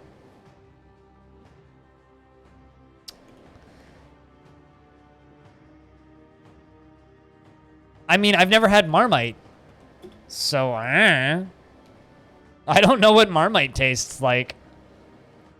Marmite isn't really sold here. I'd have to go to an import store.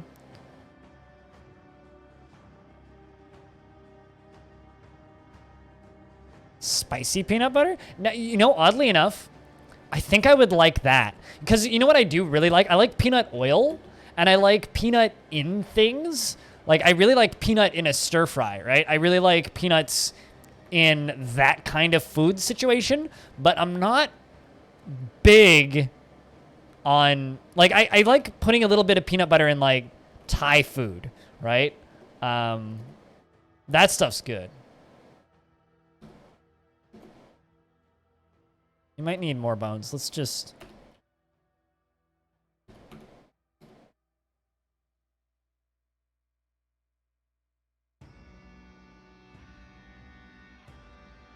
I've had real peanut butter.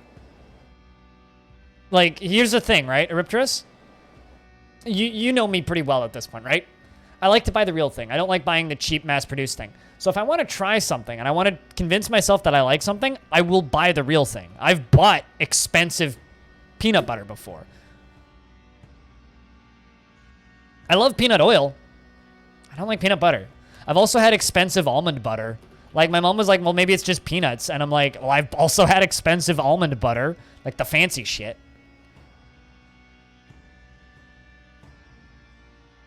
Yeah, but hamburgers, in my opinion, should be like a treat. Like, you shouldn't be eating like hamburgers all the time anyway, so who cares?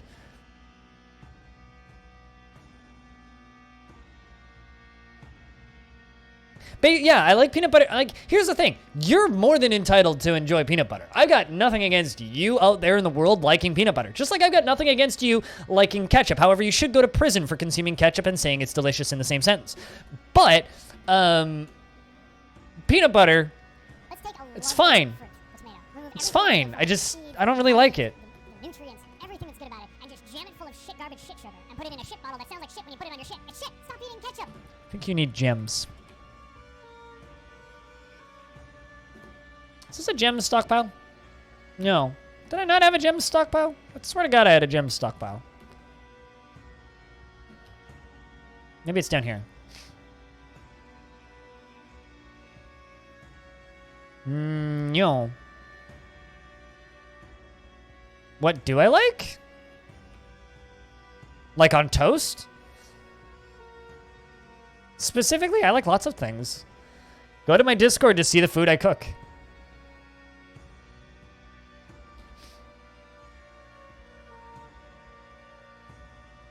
Here's the thing, just it's not interesting to talk about things that I like because then it's just me like gushing over something. Yeah, we need gems. We need gems.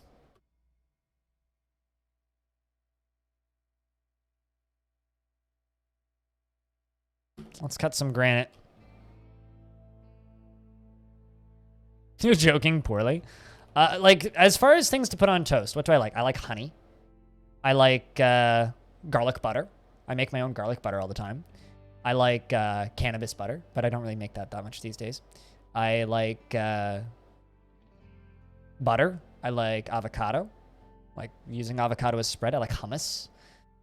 I'm trying to think, what other things do I put on toast? I like a low sugar jam, but the problem is most people just cram jam with so much sugar it just tastes like candy and I used to eat a lot of Nutella, but now that stuff's just too sweet for me these days. I like a little bit of Parmesan sugar and butter.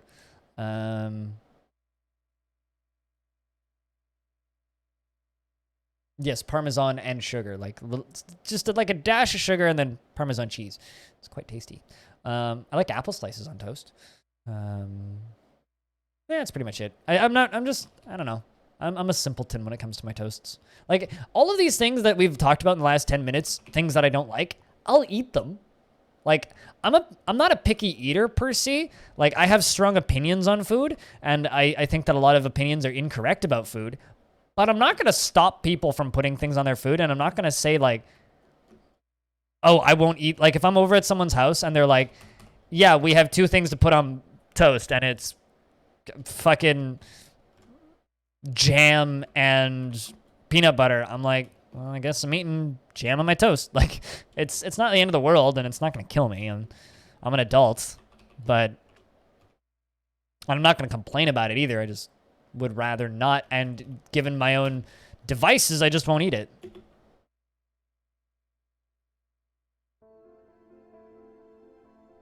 And I think that's the case for most people. It's just most people out there don't dislike mayo and ketchup. It's like, I don't like mayo, I don't like ketchup, I don't like mustard. So it's like, well, what do you put on your burgers? Teriyaki. Or a barbecue sauce.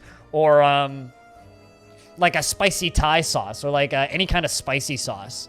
I like a thick soy sauce. I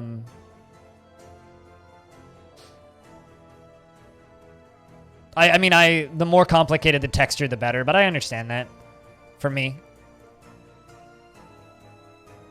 Looking for gems. We need gems. Oh, hey, we struck pineapple opals. Where are those?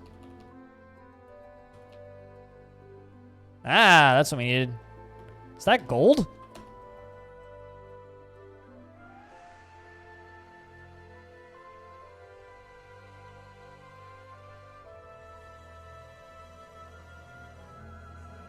Is that actually like a wall that we can dig through? I don't think so. All right, well, let's just cancel all this going down. I mean, I'll eat peanut butter, but I don't like peanut butter. That's what we've been talking about the whole last little bit. And, you know, it's very simple as to why I don't like peanut butter, and I can explain it really simply. My older sister was anaphylactic, and still is anaphylactically allergic to peanuts. She eats peanuts, she dies. That's how that works. And so I never had peanuts in the house growing up. I never had peanut butter in the house growing up. My parents never bought it because they didn't want my older sister to be in the same room with it for pretty obvious reasons. And I've always kind of believed that peanut butter is a very acquired taste. And there's lots of tastes that we eat as people that are acquired that we don't even realize it because we're raised with it, right? So if I'm raised eating a specific type of food, someone else might look at that and be like, that's weird. Like, I've never had Marmite, right? I've been told by many people that Marmite's an acquired taste. But I love raw fish. Like, one of my favorite things ever is sushi, like sashimi, raw fish. Like, I'll eat raw squid, which, like, to some people, they hate the texture, they hate the flavor, they hate the smell, and they can't stand it. I love that stuff, right? It's what you're used to eating. And certain types of foods you become accustomed to, right? I know a lot of people hate bitter flavors, can't stand bitter, and because of that, they drink a lot of sweet beverages, put a lot of milk and cream in their and sugar in their coffee. I drink my coffee black, and I love bitter beer. Oh, I love ramen. Ramen's amazing.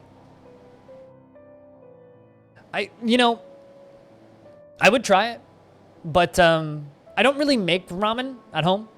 There's several ramen places that I'll go to, but ramen is something that I'm kind of scared to eat now that I'm a type 1 diabetic because I have no fucking idea how I would estimate noodles carb counts in a restaurant. It's hard enough at home already.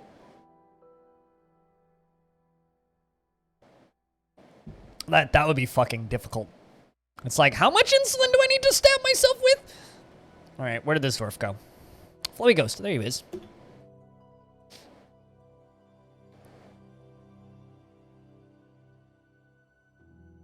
Autumn has come.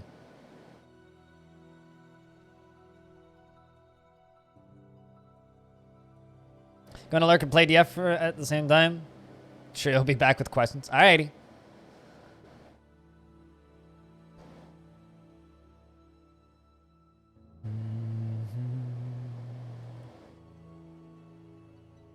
Yay, my phone bill has arrived.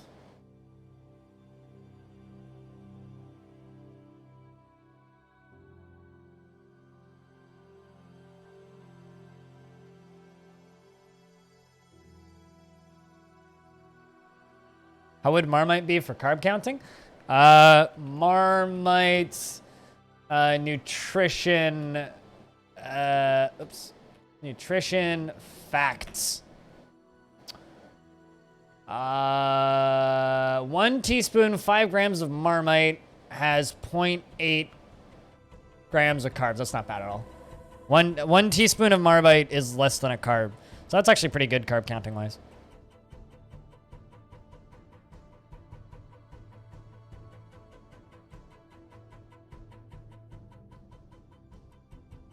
Somewhere in the order of fuck ton. Well, most of the things in in ramen have almost no carbs. Broth is generally not super carby. It's all in the noodles. I have no idea, right? Like, to give you an idea, when I make pasta pretty frequently, right? I take my noodles and look at the back of the packaging, 85 grams of uncooked noodles, dry whole wheat pasta for the brand I buy is 62 carbs and 4 grams of fiber. This means I'm minus four carbs from the total carb count. I have no idea what brand of noodles they're using, whether or not they're making their own noodles, how many carbs are in those noodles. So it's all like just me literally guessing, right? So I love Vietnamese noodles. I love ramen. I love a lot of Asian foods. I have no fucking idea how I would count any of that shit. That's not quite the way that works, but IHQMD, but there's an element of truth to that. 1 year! Can I get a round of beers for that 1 year from Crow? Cheers, dude. Thank you so much for keeping that sub alive for a goddamn year. It's been a year. Ain't that weird? How you doing, Crow?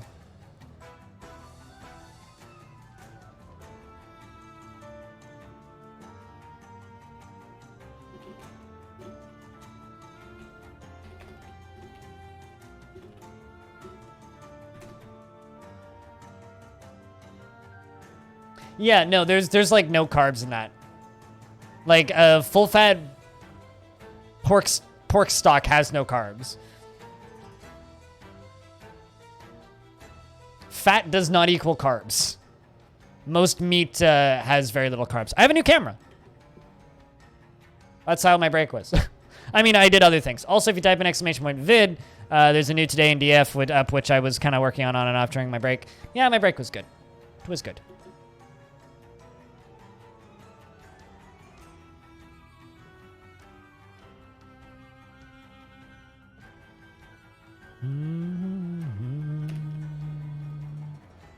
How much charcoal do I have? 15 charcoal. Let's make some more charcoal.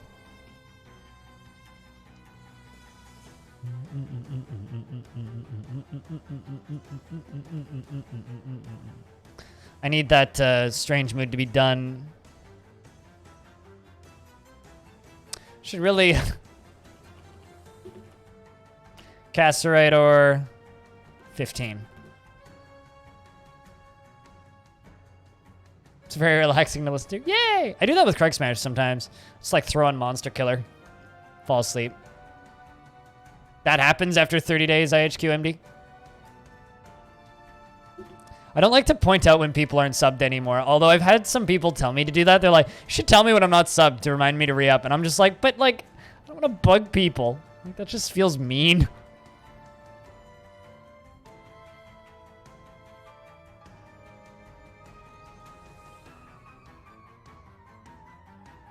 Apparently I'm out of coal. I don't think that's right.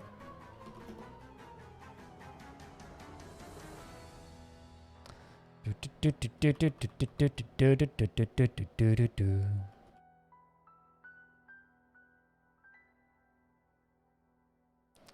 know what? Let's just bring all of these and just sell them our used clothing. It's gonna take a little bit of fiddling. But it'll be worth. You have an alarm on your phone, really?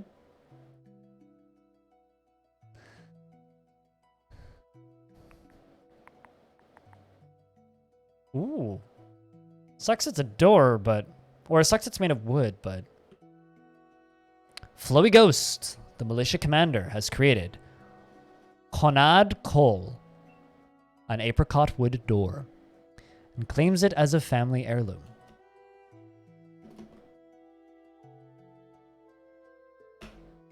It's worth 63,600. This is an apricot wood door. All craftsdwarf ship is of the highest quality. Quality? SC.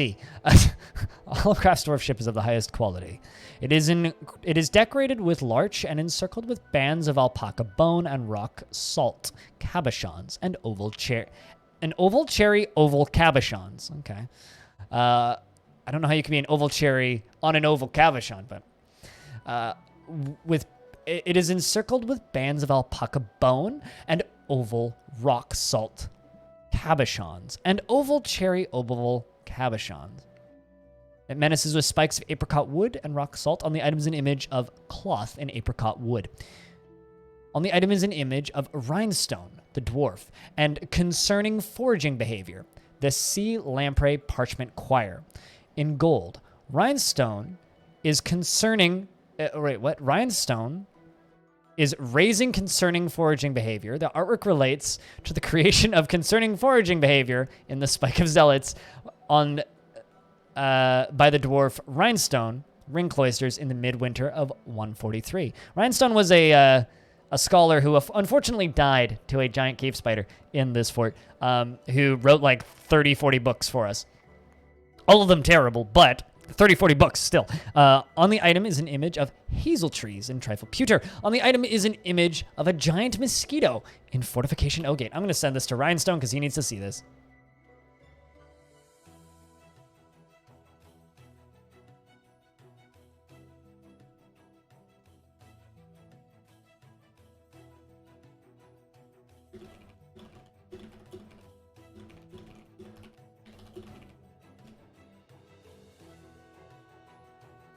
Which is just way too funny to me. It is a good door. I want to say that that's on the to-do list, isn't it? Boats? Stuff that will be added in the future like that? Naval stuff? I don't know when we'll actually see that stuff, but... pretty sure that's on the to-do list. But then again, there's lots of stuff on the to-do list that's like, yeah, we'll see that in 17 years. So, who knows?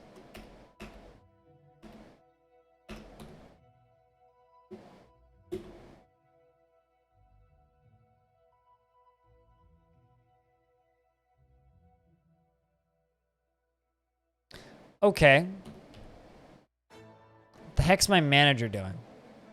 Oh, you're, Flowy Ghost has been busy making an artifact and is now trading. Okay, well that's fine. Flowy Ghost, can you go do manager things after you're done cleaning?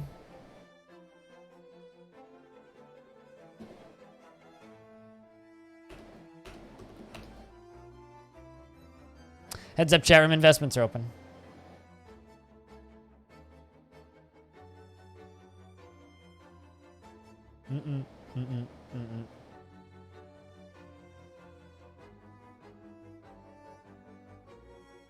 Giant rat has stolen giant pig cheese roast.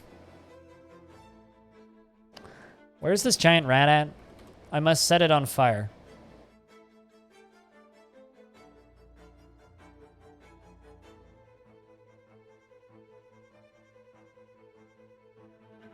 Unless it's the one in the cage.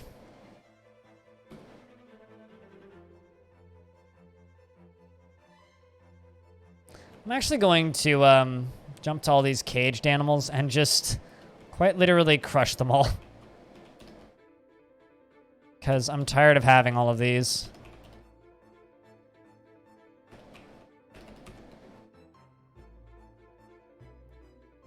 See how many tickets I have.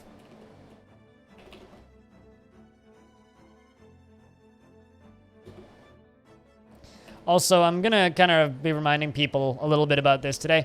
If you want to make me take a day off, you can throw channel points into a community goal to make me take a day off once the goal is completed.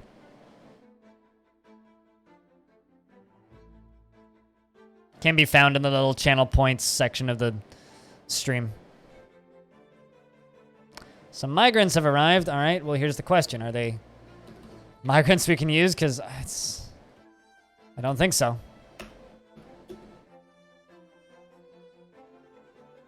Hey, you worship the right god.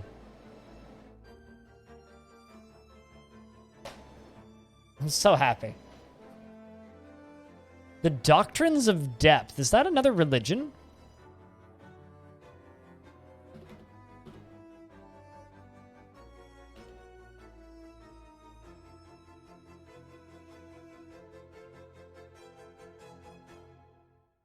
Interesting. They worship Deller the Diamond Mines. There's also the Turquoise. There's 2 religions for the same god. Man, what if they were just like, you know, all one religion and stuff? That would be so much easier.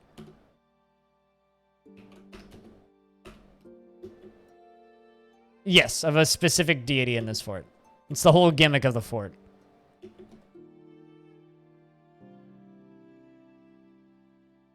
It's this god, the god of the earth and caverns. And they also all have to join the military, regardless of whether or not they like it.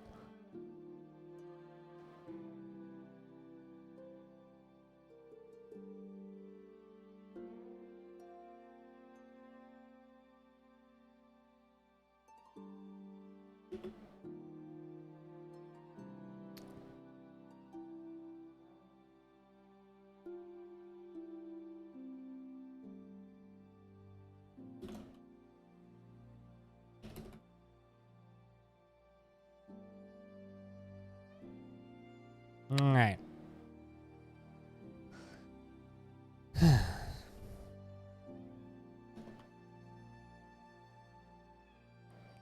Let's get the trader back over here. Man. That's it. Manager, we're replacing you. You've got too many jobs. Pablo, resident woodcrafter, you can have a new gig. You can have a little office in here. There you go. Because you're already a pretty good organizer.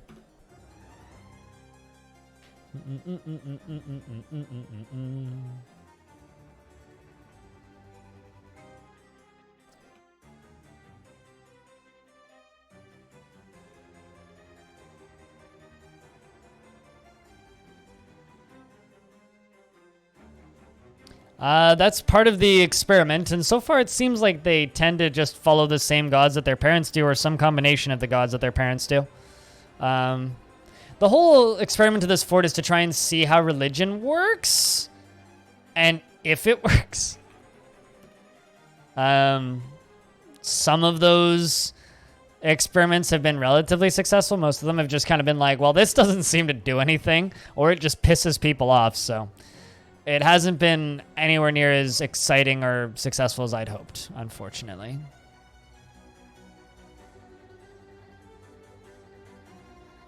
Which kind of sucks, but is what it is.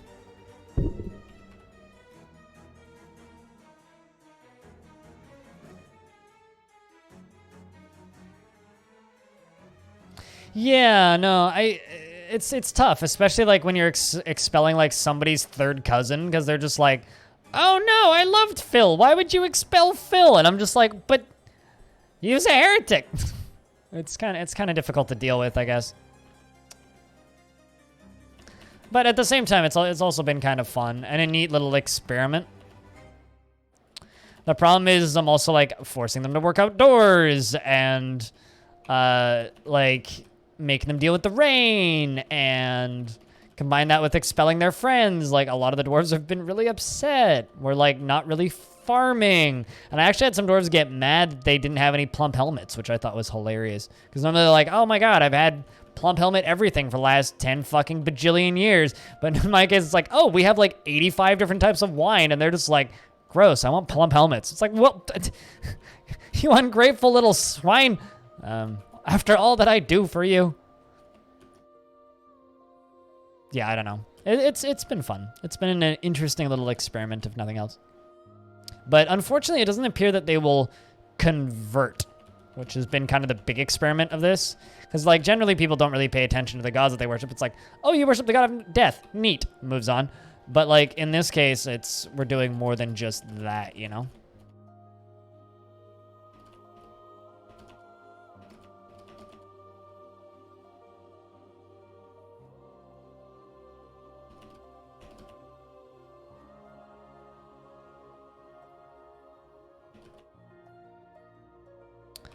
It's an artifact. Don't want to sell that. All of this stuff, and it's not even that valuable, but it's going to be nice to get rid of all this crap.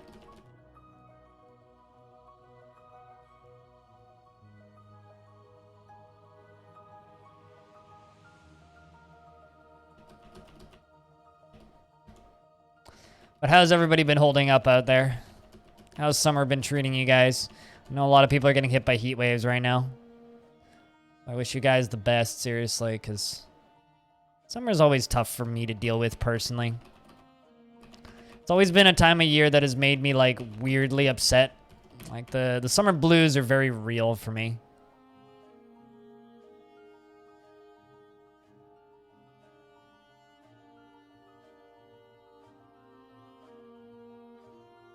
Yeah, sure, you can totally have those. Did I actually trade? Didn't. Let's just go through and remove the one artifact, because I know where it is, approximately. This one.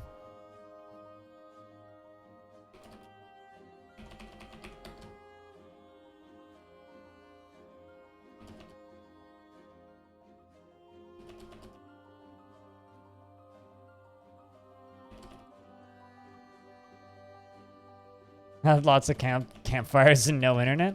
Yeah, it's been a minute, Harold, so that would make sense.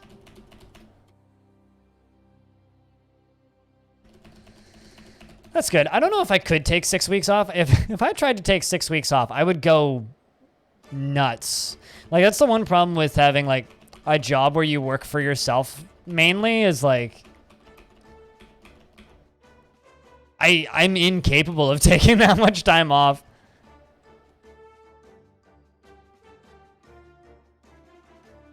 Kind of for my entire life, I think.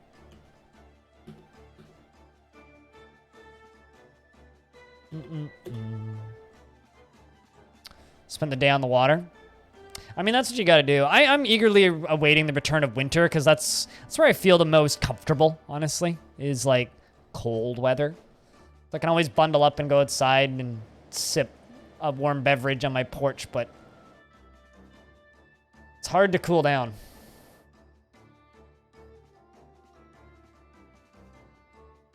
It's hard to cool down.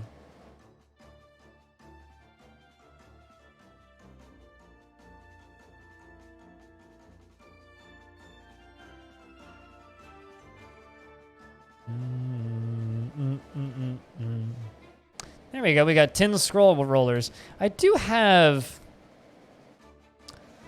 a scholar right now. It's Saigon. I wonder if Saigon's written any books for us.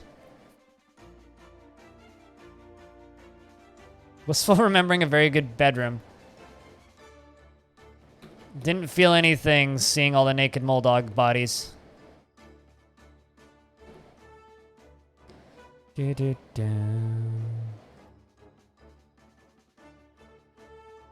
Let's forbid that briefly. Did the lever get destroyed for that? I think it did. Because it was like right next to it.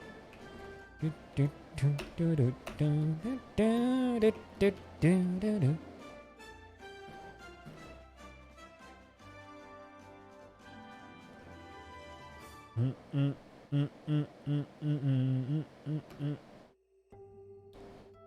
think it's almost lunchtime for me over here in streamer world.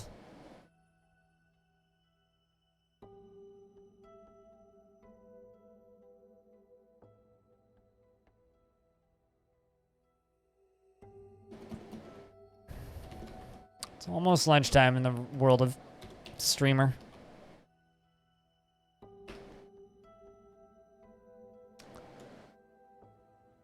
Okay, so I got a few things I need to do in order for this to work. A few things. Although I could also totally just do this from the top, which would be much easier.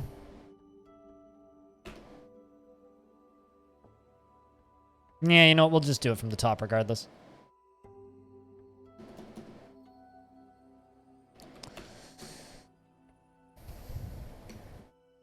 Yeah, no, I know there's lots of people who watch this stream who are kind of like me, who are just like, hot weather, grumble.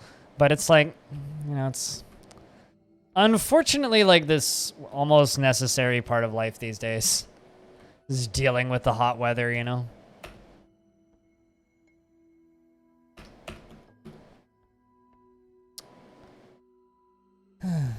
Sorry, Axon. I can't let you live here. You're not of the faith.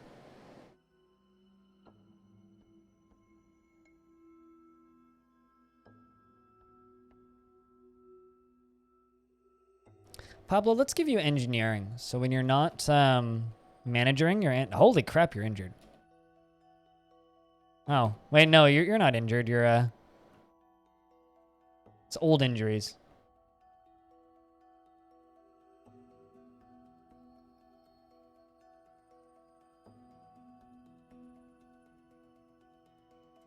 My name is Solon. I am your outpost liaison from the mountain homes. I come empowered to establish this colony as land of our realm. I'm going to continue to say no because we're a cult and we don't want royalty.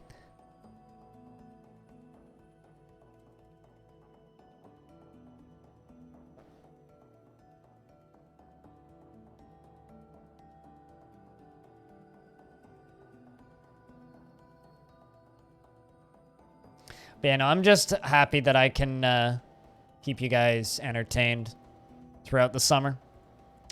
Less people watch the stream throughout the summer. It's just like a statistical fact because people are on vacation, people go away from the internet, people aren't working and stuff, and people take long breaks from Twitch, and frankly, I think that's healthy. Which always makes the summer kind of suck for various reasons for me, but I can't wait for the summer to be over, and I can't wait to be able to just kind of go back to normal in many ways.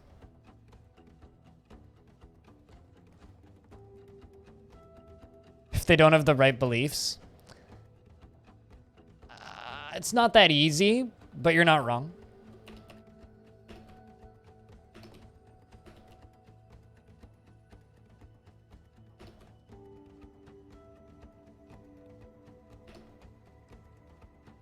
Also, that would be promoting a dwarf in my fortress to the rank of Baron. So it's like, I'm going to promote my own dwarf and then immediately execute them. I don't know if I necessarily want to do that, you know? Also, hey, Dr. Phineas, how you doing?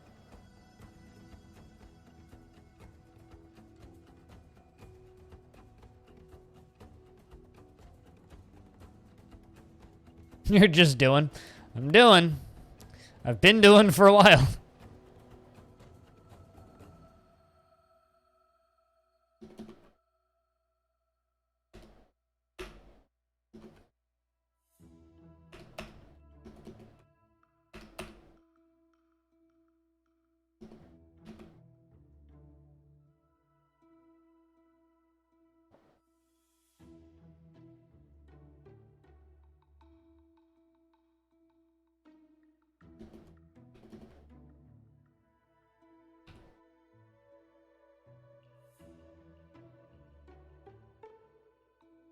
Right? Such an underrated little gem, isn't it? It's also Jupiter Hell's on sale right now. Probably going to do some of that in the evening.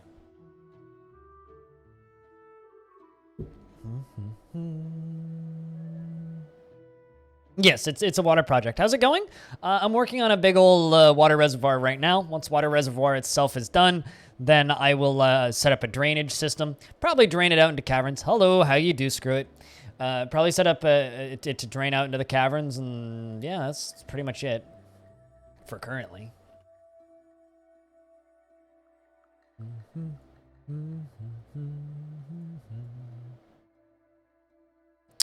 How am I? Well, I'm pretty good. How are you?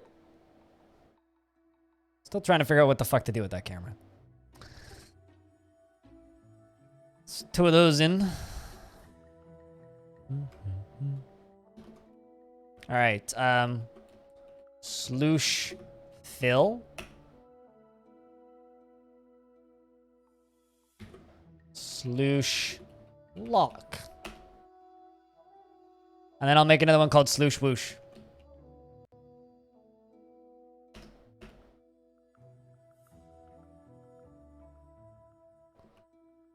Sloosh Whoosh. Okay. You over here will be attached to a floodgate.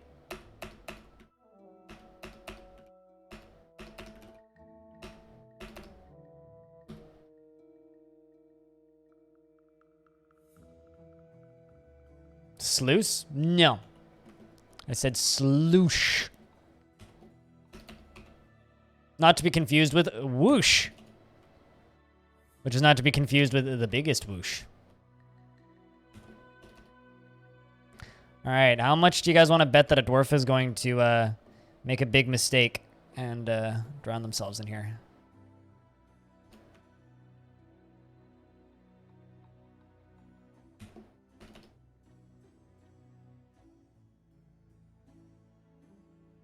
The only sleuths I like are cyber.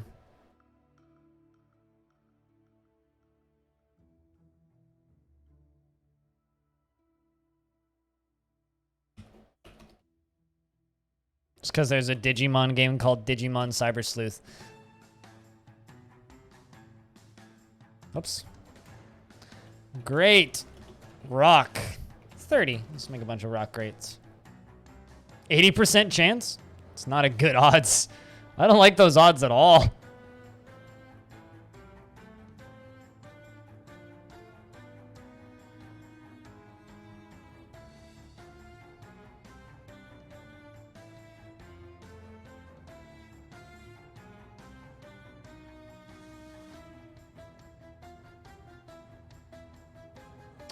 And of course, the dwarf is tantruming.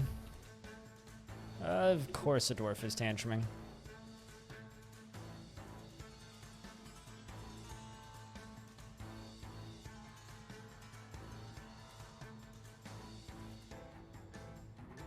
Huh. You ran through it.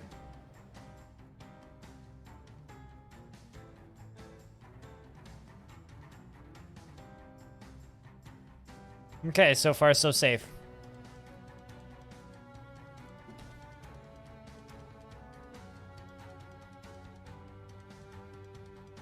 How am I going? I'm not going anywhere currently. I'm sitting quite firmly still in my chair, but I'm doing quite well. I'm doing fine. I hope that you're doing well as well.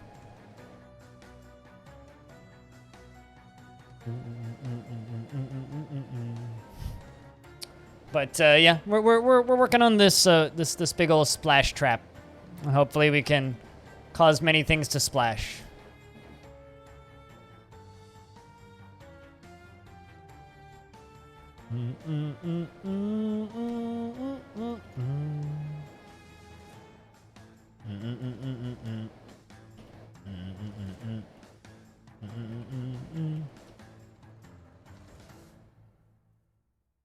You know they're dwarves, it'll happen. I mean, not with that attitude.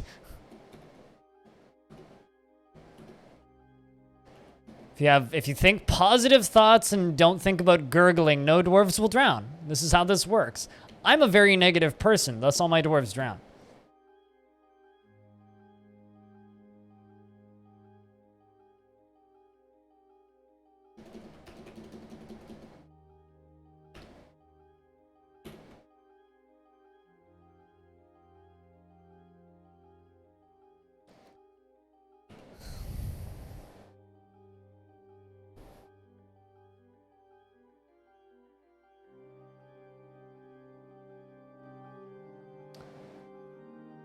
All right, so it is 12:45, and I'm quite hungry.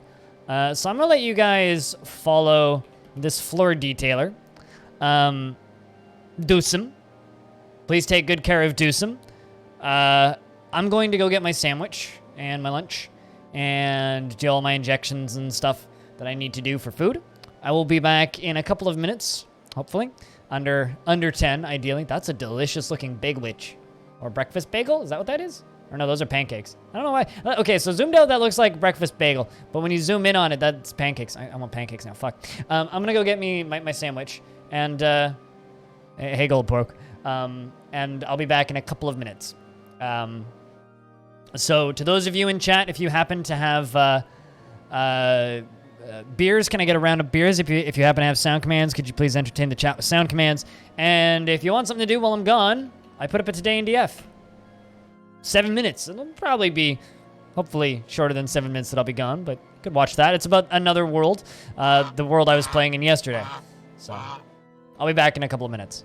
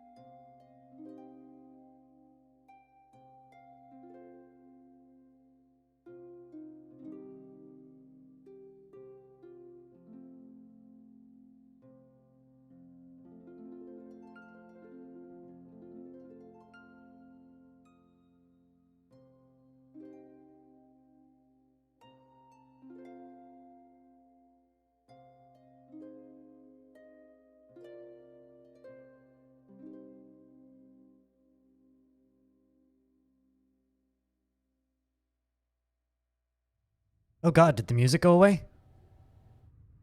Okay, no. It did. I was worried it did. I return. Thanks for waiting, chat.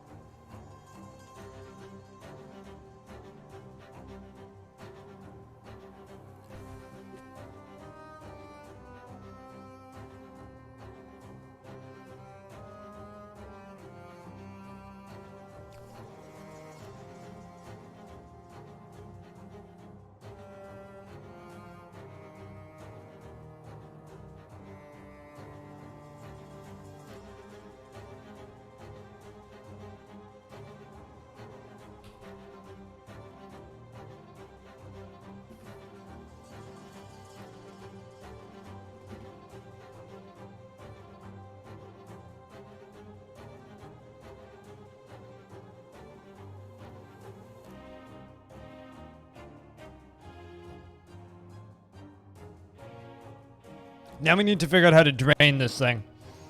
That's going to be the hard bit. How far down is the caverns? Pretty far. That's probably what we'll do, though. Probably drain it down into the caverns.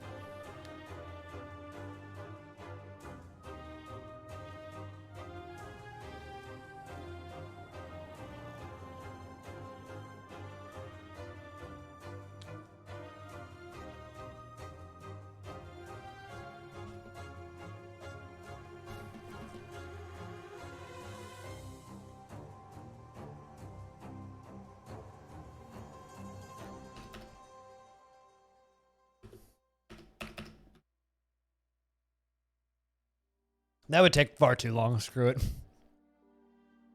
Also, you could only really drain it once. Because you drain it once, and it would harden over the magma sea, and then it would just slowly start to fill up.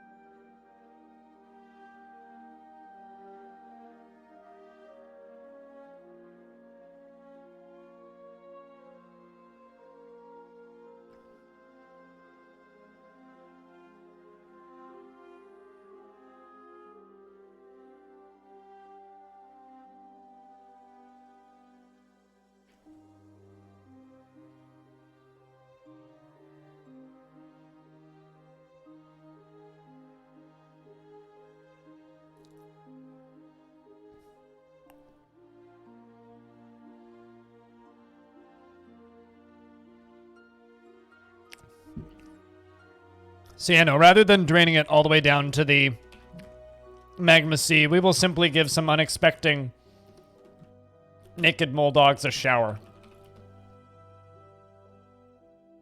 That's definitely how we're going to go about doing that. Give them an unexpected shower. I'm sure that they will very much appreciate it, you know? Showers can be hard to come by down in the caverns. It's like kind of a sad life, actually. Like, imagine having to live all the way down there without ever getting the opportunity to have a shower. In fact, I think we'll be doing the natural wildlife a favor. Nish, on the other hand, is throwing a tantrum. I'll be honest, I'm shocked no one has gone into one of my temples and broken something yet.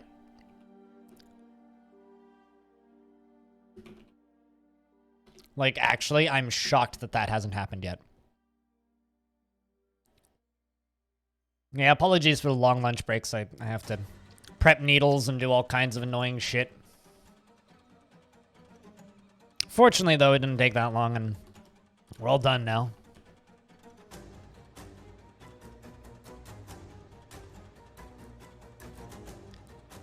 I don't know where all of these turkeys came from, but I don't really want them, so I'm just going to eat them.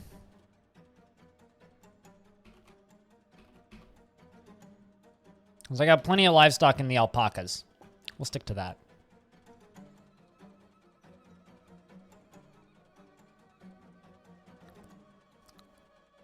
Vampires and were creatures, yeah. If they tantrum and topple them. I want to say that that can also happen with altars. Does all of that stuff counts as defiling a temple? But I've never actually seen them topple an altar. I just had someone tell me that it also works on altars, so I'm just kind of taking it with a grain of salt, I guess. You know, I'm just kind of running with it and believing it. But that could be incorrect. It's hard to say.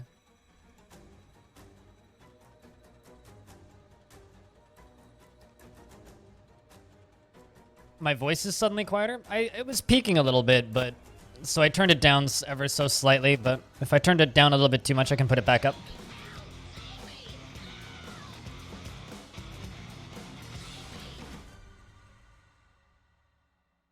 Thank you very much. Patchwork. 15 months. Seriously. Cheers, dude. Can I get a proper round of beers in chat for Patchwork? You guys know what's up.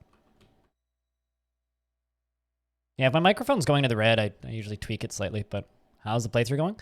Not great. We're trying to restrict it to one particular religion, and it's not working.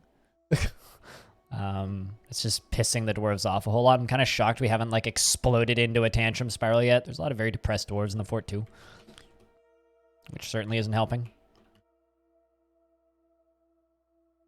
But I'm doing everything I can. How's Patchwork holding up?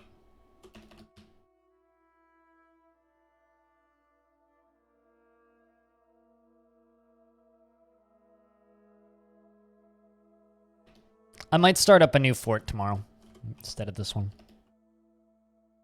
Oh yeah, of course. Learning a lot about how religion works.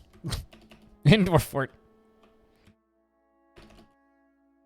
By that I mean it doesn't. Which is fine.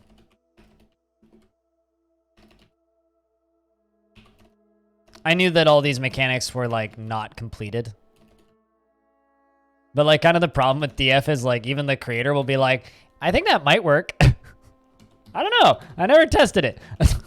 Like, I implemented it that way. I don't know if it ended up being that way. So it's not always the most, like, this feature's now in the game. It's this feature might work sometimes. Okay. Kind of? You think? So... messing about with religions to see if I could, like, force people to convert to certain religions and if children would automatically worship the same religions as their parents, just stuff like that. That seems to be the case. I don't think I have any method of actually converting people, though, which means kind of a failure, but it's been fun. What have you been playing recently, Patrick? And how's the hot as fuck summer weather doing for you? I wish it would just stop and go away.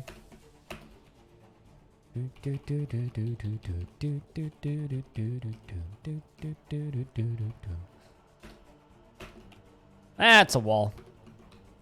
I wanted to make floors. It's cooled down a little bit. Cooled down for like a minute there, but it's gone right back to being hot as hell. Teamfight Tactics. How is that game right now? I hate everything Riot does because it's Riot, so. But I'm just kind of curious. What do people think of the state of that game?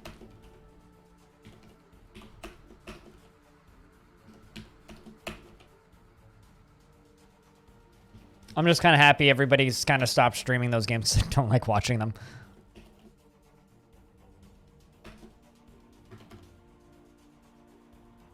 By that I mean like the auto chess derivatives.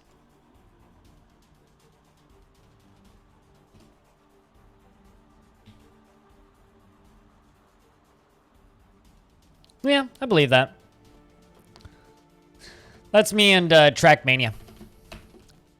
I play Trackmania and listen to, not audiobooks, but people on Discord or music and just relax.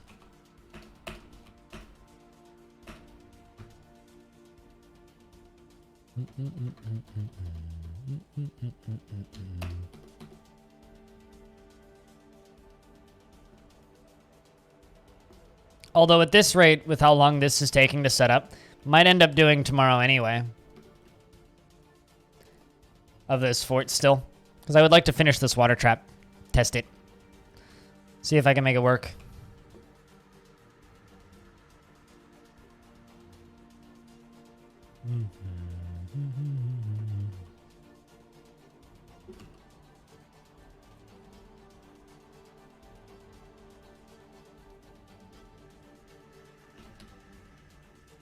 Let's make that into a garbage dump. Go up to this one and make this one inactive. Let's go to this lever and hook it up to that bridge. Am I actively making mechanisms? No, I'm not.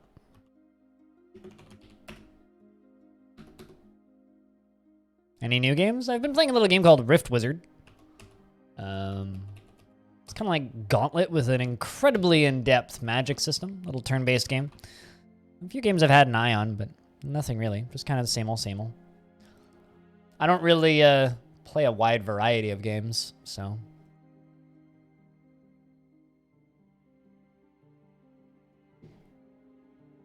I like having games that I know and love that I can just really sink my teeth into, you know?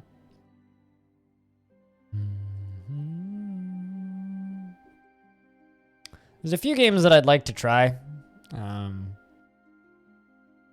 Empyrean Galactic Survival came out early access. I'd like to give that a poke at some point. A game called Approaching Infinity, which is this. Which to me just kind of looks like Star Trek the Roguelike. Which very much makes me want to try it.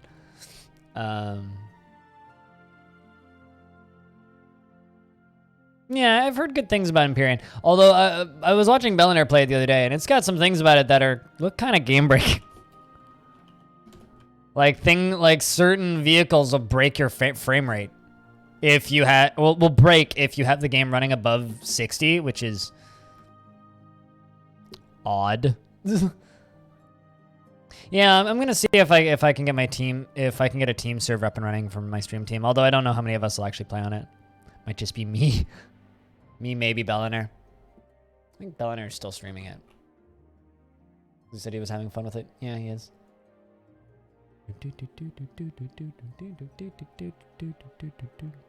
Kind of a mixed bag. I like playing them in fits and starts. You know, like I really like Project Zomboid, but I don't ever really want to play it for more than like 15 minutes, you know? Maybe not 15 minutes, but like one session. CK3, we had a long discussion about CK3 yesterday. Long discussion.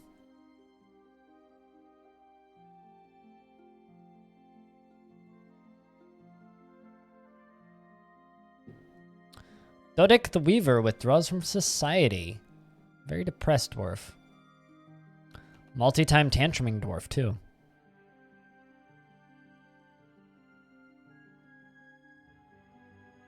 Clother's shop. Grabs cloth.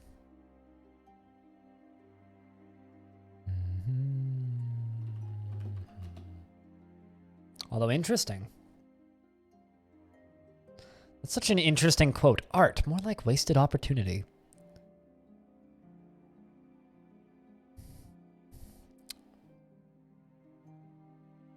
I'm kind of keen. Well, actually, again, I've wanted. I was talking about this earlier. Games that are kind of on my to-do list, and on the short list of my to-do list, I want to play through Stalker: Shadow of Chernobyl again, but modded up.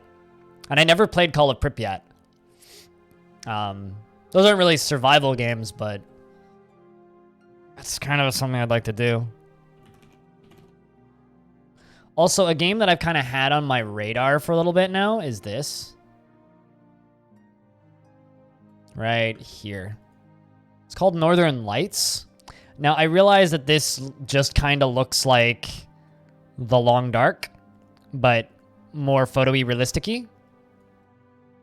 This is beautiful looking. Like, look at this.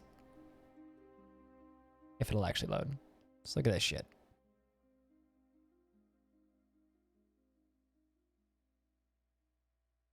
Like, this is so pretty. Like, holy shit. Even with the dumb stylized letterboxing they got on the trailer. But I fucking love the visuals of it. It's so pretty. So, I don't know. Although then, like, I'll probably play it and it'll be like, oh, go collect 15 wood. Oh, yeah, you've begun your mysterious construction. What'd you grab? Spider silk cloth, alpaca bone, bulldog leather, rough pineapple opals, pig iron bars, 2 kesserite, and 1 silver bars. It's gonna be a nice artifact regardless. Make some nice clothing for us. Yeah, no, Stalker's really fun. Modded Stalker's also really fun. Another game that I've, like, been staring at that, like, I haven't pulled the trigger on buying yet. Once I finally pull the trigger on buying it, I'll actually play it. And that's, apparently, bookcase got knocked over. And that game's Under Rail has been kind of on my short list of games to play for a bit. But again, like, I don't know how many people actually want to watch me play that. Like, legitimately, like, I don't really believe that people want to watch me play that.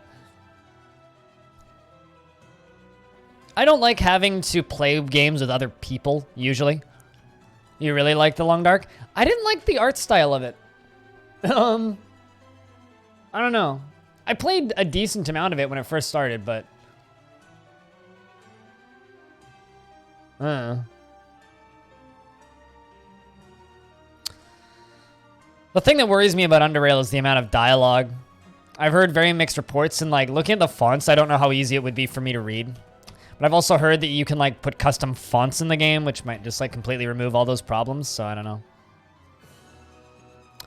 Dodik the Weaver has created Fang Bazarist, a cave spider silk rope.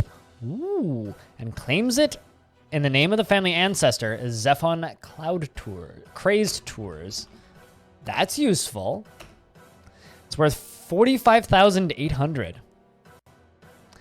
You see, that's the thing. I don't like classic RPGs, but the combat in that game looks great. That's the thing. I don't like classic RPGs. This is a cave spider silk rope. All craft store ship is of the highest quality. It is encrusted with marquette pineapple opals and cushioned casserite cabochons, and encircled with bands of cave spider silk and naked bulldog bone leather. It is made from cave spider silk cloth, and this object is adorned with hanging rings of alpaca bone. On the item is an image of octahedra in pig iron. On the item is an image of Catan, Guild Crowns, the dwarf, and Oleg Cackle Menace, the goblin, in silver. Catan, Guild Crowns, is cringing. Oleg Crackle Menace is striking a menacing pose. The artwork relates to the slashing off of the dwarf Catan, Guild Crown's right ear by the goblin forlorn stalker Oleg Crackle Menace in the midsummer of 112 during Artist is the Assault of Growls. Cackle Menace is good, yeah. But, you know, the problem I have, here's the thing. I'm super torn on CRPGs because I often love the gameplay. I always love the combat. I hate all the reading. Like, give me that minus the story, and I'd love it. Just give me proc gen levels and fuck off with your stupid story and shit. Yeah.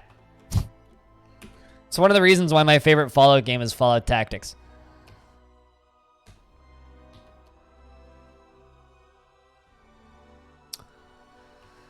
Right, so that's a rope. I'm going to put that into my prison.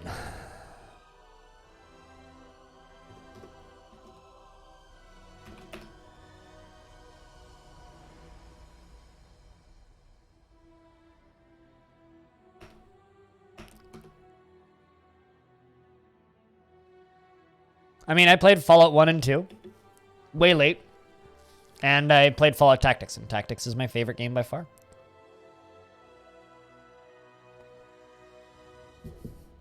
I mean, like, for example, I love the Fire Emblem games. I don't read any of the dialogue. I'm not a nerd.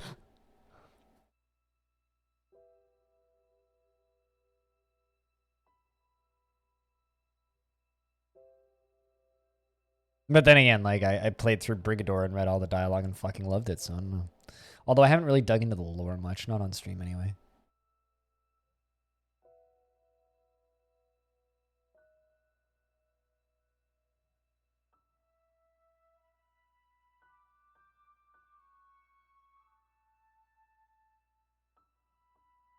You okay there, Link, man? I feel like you may have just had like a spaz attack or something. Do you need assistance?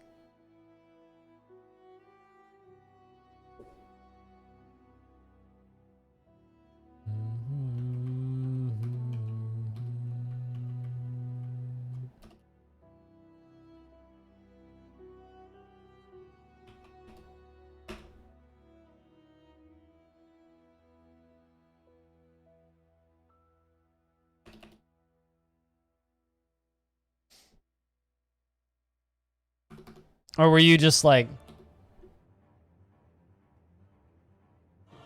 Smell toast?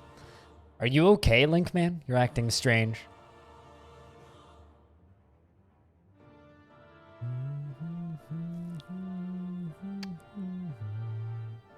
I need statue.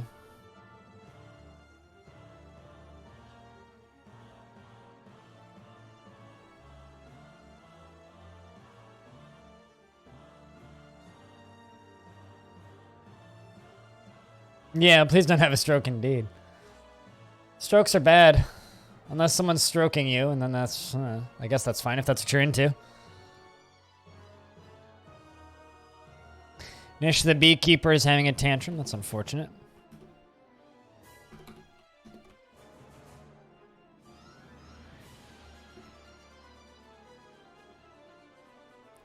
Used by justice. I hate the for XCOM games. I like the traditional XCOM games. For XCOM games just bother me because they take so fucking long to load, and the frame rate is trash, and they crash a lot. The other one that they put out was okay. The recent one, the Chroma Squad, that was all right. I enjoyed that. That was a fun little playthrough. Because it didn't have those problems. It didn't crash a lot. Still kind of not very good though. I enjoyed the hell out of Xenonauts back in the day. The old XCOM game that I played was Terror from the Deep. I was never very good at it, but it was fun. Yeah, that's my opinions on XCOM.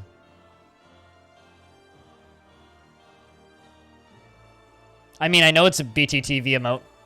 Basically, if it's a BTTV emote that's a contortion of Total Biscuit's face, it's not going to be available here. Also, if it's a Pepe, it's probably also not available here. Yeah,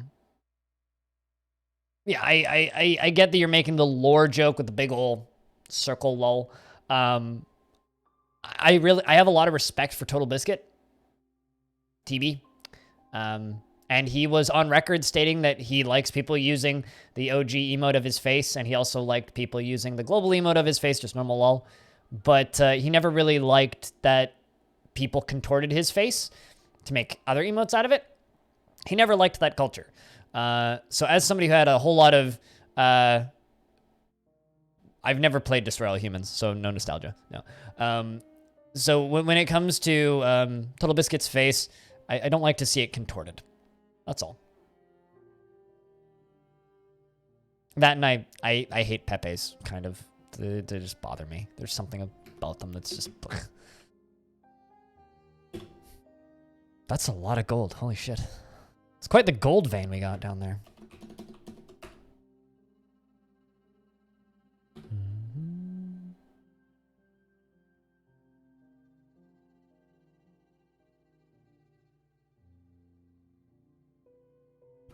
I mean, we all knew it was coming. I mean, if you watched him for any given period of time, we knew it was coming. We knew it was going to happen at some point. But didn't make it any easier. We are almost tantrum spiraling right now.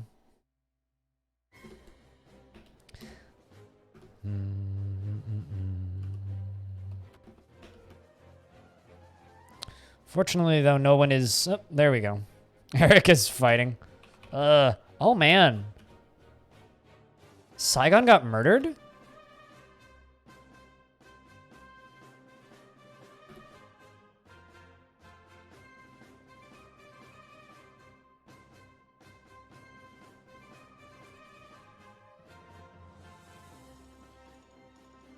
Huh.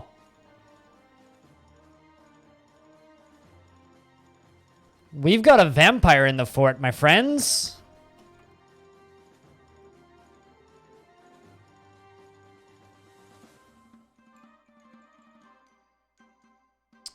Alright, so Dusum the Engraver. Domas the Doctor. Also those peasants. Those are my suspects, because they haven't claimed beds yet.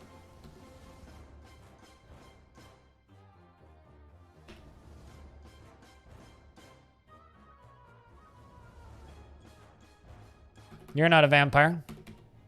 How you doing, RNG? Those things, man.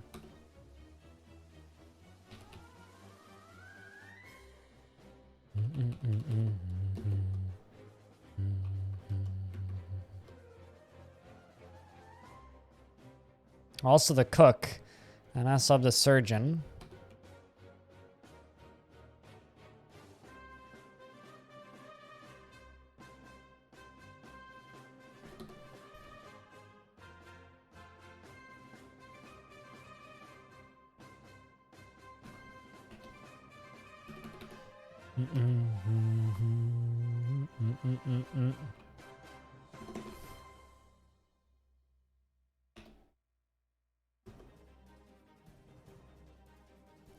Domas the Doctor.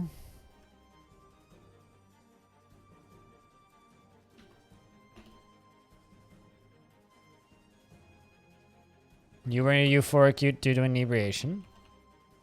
If they were euphoric due to inebriation, they're not a vampire.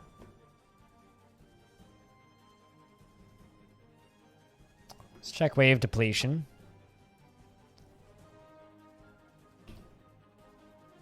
You're fine.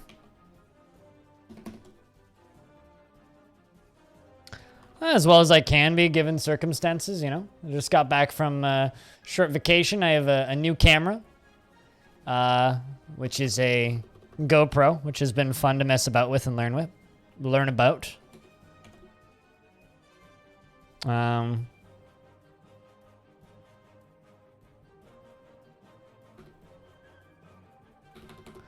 Trying to figure out who this vampire is. Fortunately, population is pretty low. So it's going to make things pretty easy.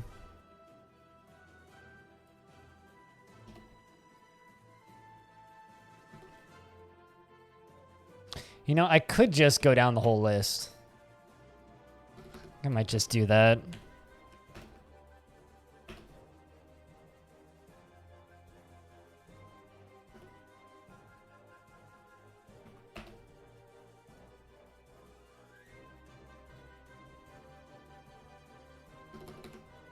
I don't even know why I checked Vanny. It was one of my first 7. I don't think the first 7 can start off as a vampire.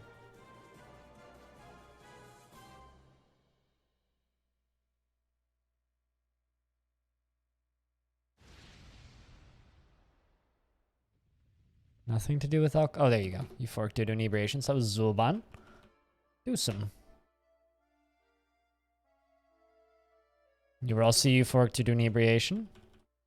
Mossy. Euphoric due to inebriation. Dwelling upon being attacked.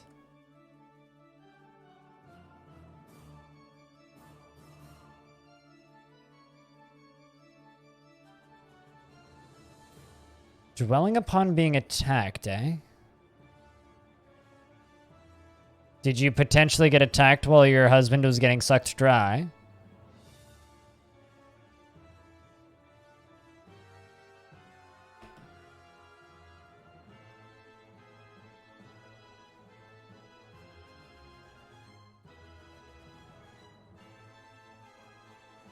Human peddler.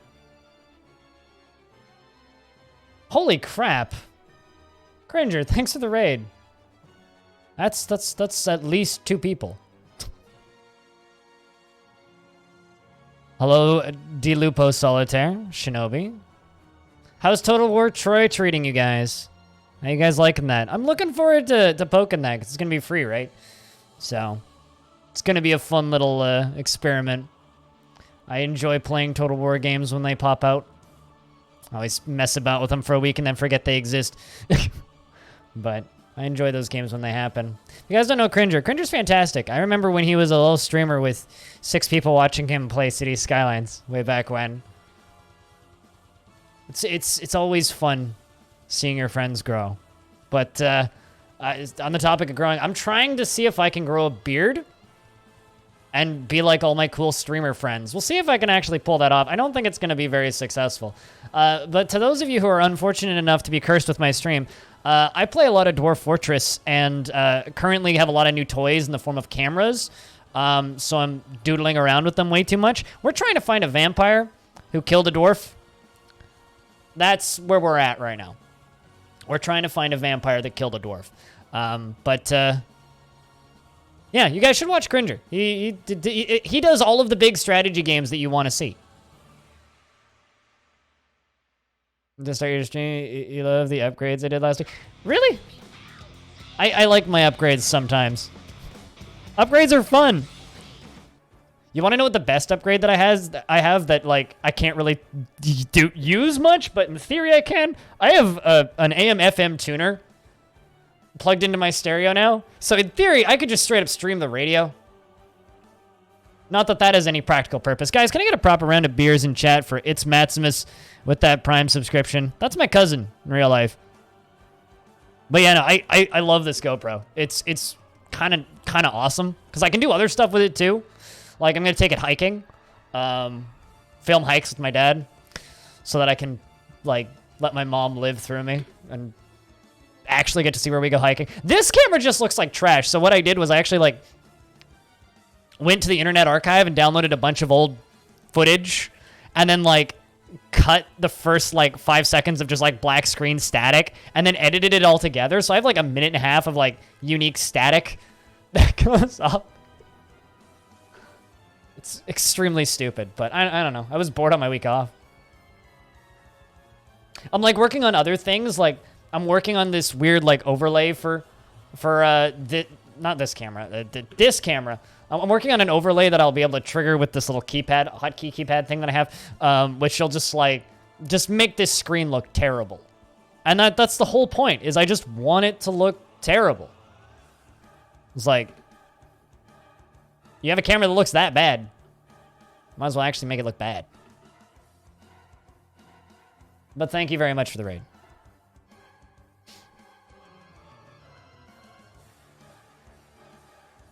Little production touches are great. That's, that's what I've been trying to do this year, is just increase my production anywhere I can.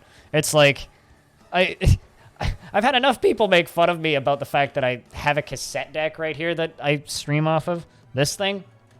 It's like, I've had enough people be like, streamer, why do you have a cassette deck? That's dumb. It's 2020. It's like, because I fucking like it and it entertains me. That's why. Worst thing ever is having a streamer that's bored of their own stream. The kind of cool thing about all these different cameras, though, is like this camera, the brand new one, it actually looks nice and I'm happy with it. This camera is my old face cam, and this is the first camera I used streaming. Now, if I could like figure out a way to make my Lego camera from like 1999 work, because I have a Lego webcam, the full blue one. If you go to Google and type in Lego webcam blue, you'll find it.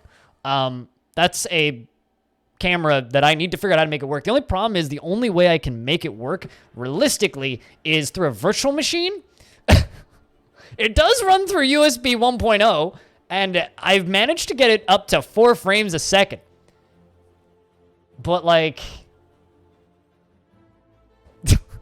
I don't want to run a virtual machine.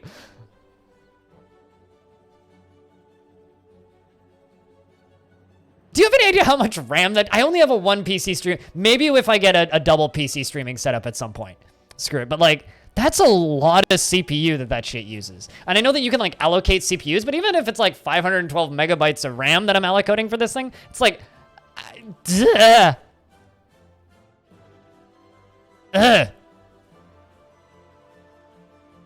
Also, Mossy, I'm very sorry. Your husband was eaten by a vampire, or completely drained of blood by a vampire. So I'm kind of just going through and like checking all my dwarves to figure out who the vampire is. Did I just find it?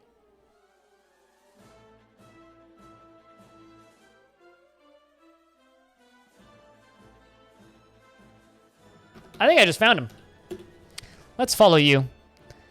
Zhang the Mason. Are you our vampire? I think you might be our vampire. So here's the way that you can tell. Dwarves really like alcohol. It's like more important to them than oxygen, alcohol. So they drink a lot of alcohol. Now, they feel euphoric due to inebriation when they drink alcohol. This dwarf feels very satisfied at work and is sad being separated from loved ones, has 5 children, and recently got attacked. Mossy got attacked by somebody. Now, if you scroll down in the white section of the description of this dwarf, right beneath where it says he dreams of raising a family, which he has been, so very good for him, he chews his lips intently when he's he chews his lips intently when he's thinking, and he needs alcohol to get through the working day, and he really wants a drink. That means he hasn't had a drink in a very long time. Speaking of people who haven't had a drink in a very long time, how you doing, Sinova? Actually, I don't know. When did you last drink? You had some frustrating caribou experiences. I don't care about your your experiences. Me and Sinova play Hunter Call of the Wild off stream sometimes, and it's good times. Also, I need to do this because he prime subbed a minute ago. You guys should go follow my cousin. Okay? If you like Factorio,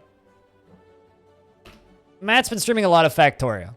Okay, he's got the Cracktorio bug. It's burrowed deep into his spine, and he's becoming one with the factory. So if you want to witness a man slowly become one with automation and factory while I stare at this dwarf, you should just click on that little link redo in the chat and go give him a follow.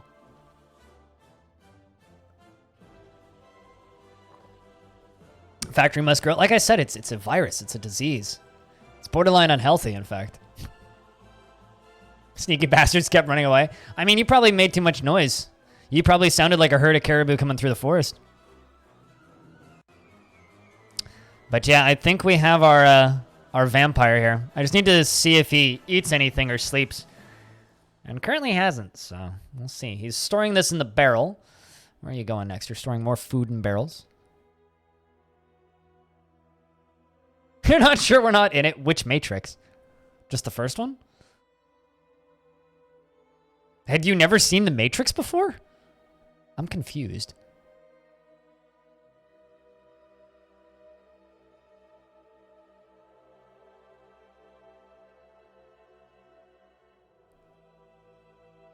A whole 2-6 of orange vanilla Captain's Morgan? I think that would kill me. So are you suggesting that you may or may not be a dwarf, Matt?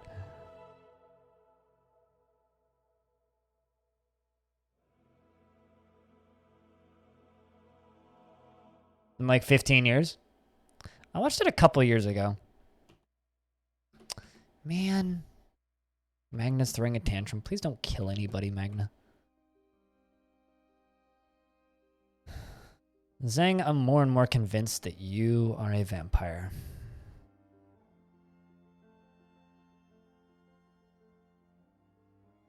You don't feel well?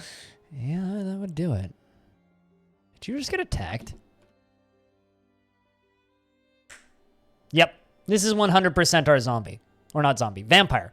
Over the long term, he has been under a great deal of stress, and he is horrified reliving seeing Saigon mind-traded die. This means he was a witness to the killing. And because he was a witness to the killing,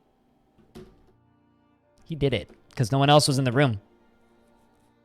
Although he did get attacked by Mossy Griffin, Saigon's wife. It's a very sad story. Which means Zhang. And he volunteers to be our vampire. Because even though the vampire is going to go to prison for a while, vampires are immortal and don't need to eat or drink. Screw it. You want to be the vampire?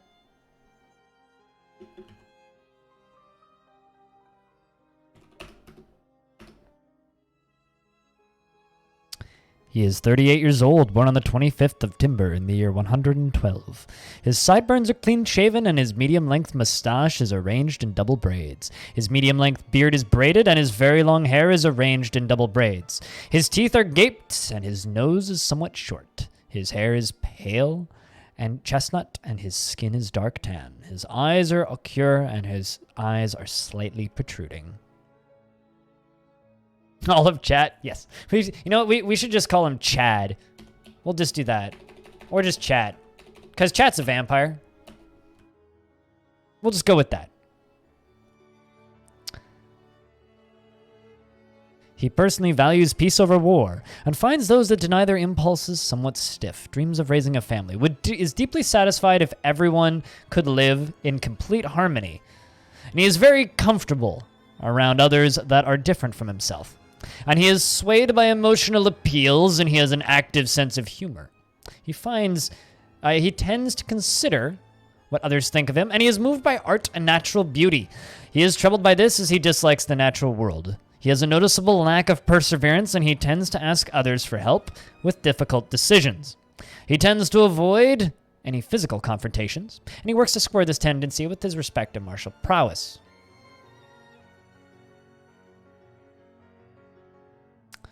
He doesn't often experience strong cravings or urges, except for the sweet taste of blood, and he is troubled by this as he values such powerful forces in life. And he is somewhat fearful in the face of imminent danger and chews his lips intently when he's thinking, needs alcohol to get through the working day, and really wants a drink. Chat, the new bookkeeper? I mean, it's possible. All right, so if we go to the justice screen. First off, Chocobo broke some stuff, so Chocobo, you're going to do a couple days in prison and get your face kicked in. But let's find Chat. Might be a bookkeeper, I don't know. First, we need to see how long Chat's going into prison for and which cell Chat ends up in. Okay.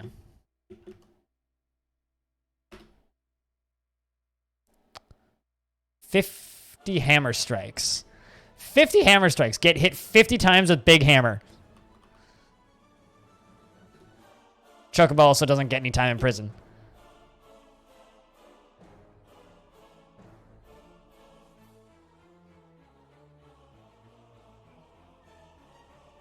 But yeah, might end up being our new bookkeeper. Or maybe I'll lock him in the library with a bunch of writing materials and just let him write books. Something like that. I don't know.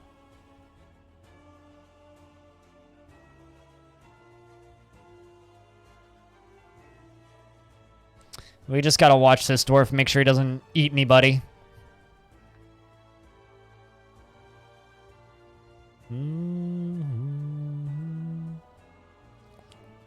Getting led away.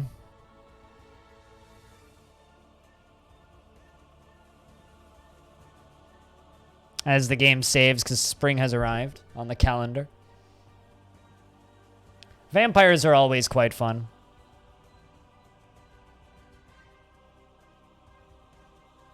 They always cause massive amounts of excitement. The last vampire I had went on a big old killing spree, and then I was just like, you're my mayor, so I'm just gonna I sent him off to go get killed. Basically, I told him to go single-handedly attack an enemy fortress, and then a very scary Forgotten Beast attacked us, and I made it today in Dwarf Fortress about this. If anybody wants it, I can link it. Right as he came back, the Forgotten Beast was about to tank into my fort and kill everybody, but this mayor just booked it into the fort and ran to the bottom of the thing and ran straight into the Forgotten Beast, slammed into it, injured it enough to slow it down, didn't kill it, died to the Forgotten Beast, and we were able to get the gate shut in time. It was one of the coolest events I've ever happened in Dia. How you doing, duty? It's been basically a year. How you been, man? What's up? Well, so Chat is not only a vampire, but likes being restrained. Feels humiliated after being confined, but feels pleasure near a fine restraint, and feels pleasure near a fine cabinet, pleasure near a fine bed, and pleasure near a fine container. Let's see if I can chuck a table in, or a chair in there so I can make you my bookkeeper.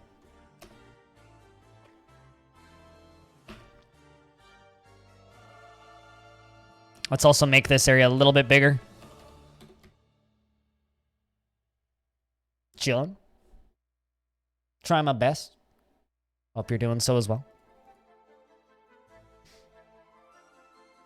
He survived the 50 hammer blows. He's a vampire. Vampires are practically invincible.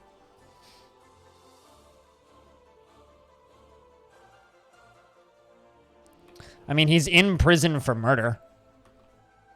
Most of these are just disorderly conduct and vandalism, whereas Chat's in prison for murder. Straight up murder.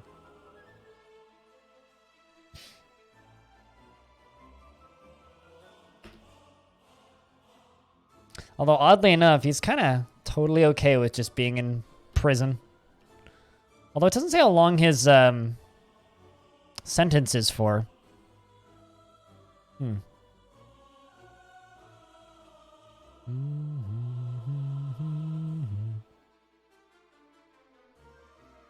Please don't eat the dwarf that's in here. Thank you.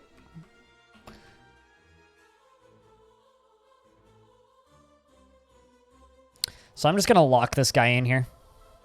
And he can be our bookkeeper.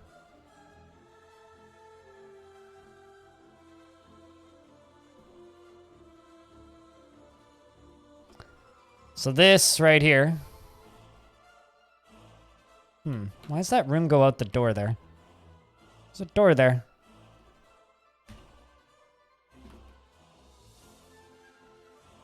Odd.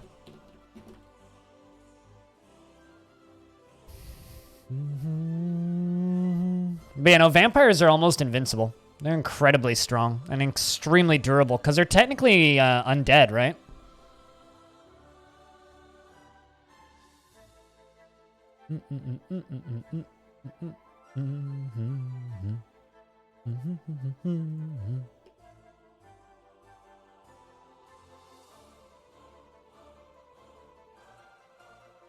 Locked in a room with a vampire?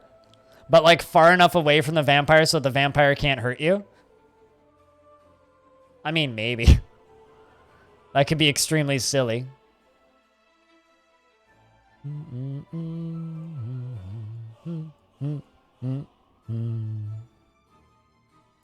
don't know, I will always be amused by how many dwarves are totally fine with just being near a fine restraint.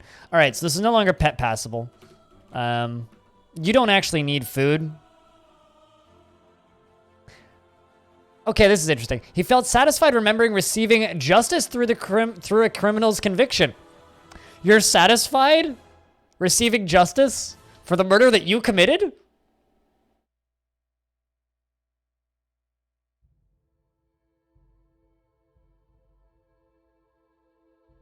Huh. What are you making those chains out of, Drovlin?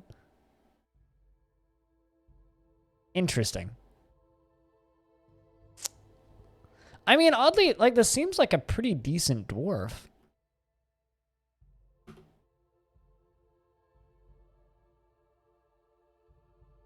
Frankly, like, I feel kind of bad for the dwarf. I think we're going to carve fortifications there so that they can see it.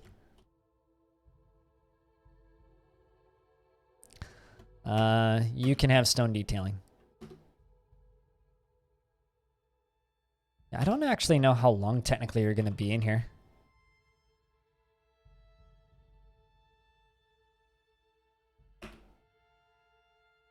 We're going to assign this to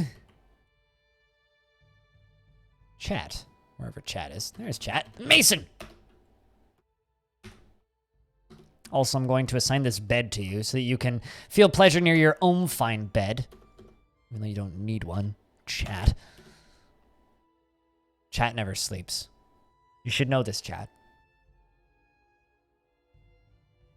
And, bookkeeper.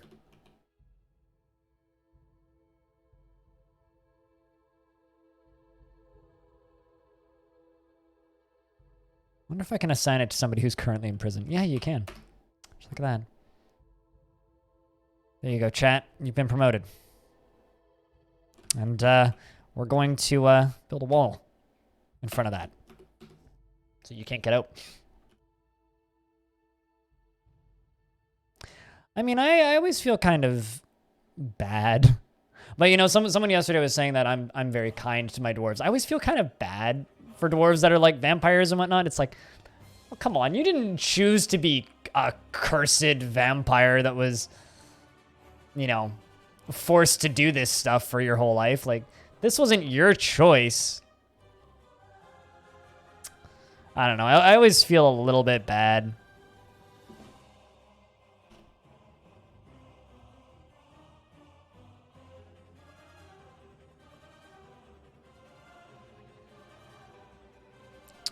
Also, another thing that I gotta do.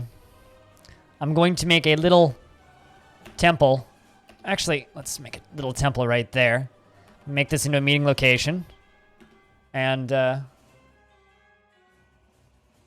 make that a temple. Just give it to no specific deity. The Sunny Friend! The Sunny Friend is the name of this vampire's little temple. Let's call it, yes, the Sunny Friend. The Sunny... Okay, let's call it, the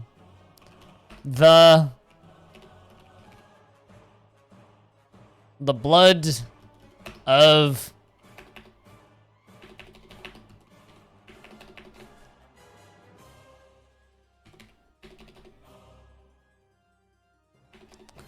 I know what we can do. Blood of Keepers. The Blood of Keepers. Let's, our little vampire friend's home. Is that a joke that vampires burn in the light? I was an unintended joke because the game just gave me that name. Hey, look, chinchillas. I was wondering what those were just wandering around out there. There's wild chinchillas. Neat. I need more alcohol. Brew drink from plant. 10. Brew drink from fruit. 30. And Magna the cook is wandering around obliviously. Sorry, Magna. But to anybody who's stuck around from the big ol' raid, thank you very much. Like, it's... We don't get raids here very often, so it's kind of a weird novelty when it does happen. So, cheers, everybody. I need more alcohol. Who doesn't, right? Who doesn't? That's the actual sad part about dwarves that become vampires is the fact that they can't drink. Like, that's all that they want. They just want to drink. Like, just because Chad is an evil, immortal monster, murderer, he still really wants a drink. And can't even remember the last time he had some.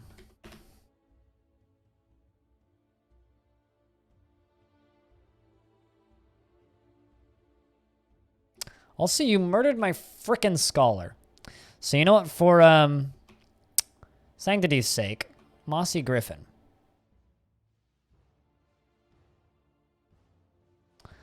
Mossy, you are my you're the significant other of that dwarf that died. We're going to let you take up that work as a scholar. I wonder, actually, Mossy, are you any good at writing, though?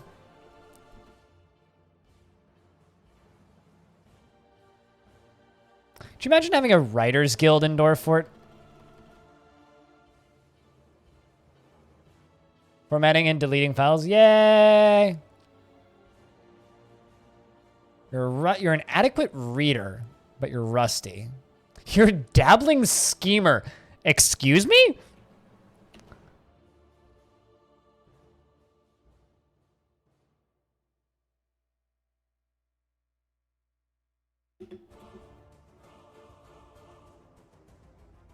I mean, they can't drink, so it wouldn't matter if I dropped barrels. Okay, so you worship the wrong god. Begone, heretic! Heathen.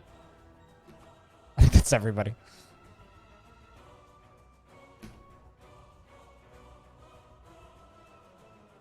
Sounds like a good dwarf. What, schemer? I mean, I guess. Depends on who they're scheming against.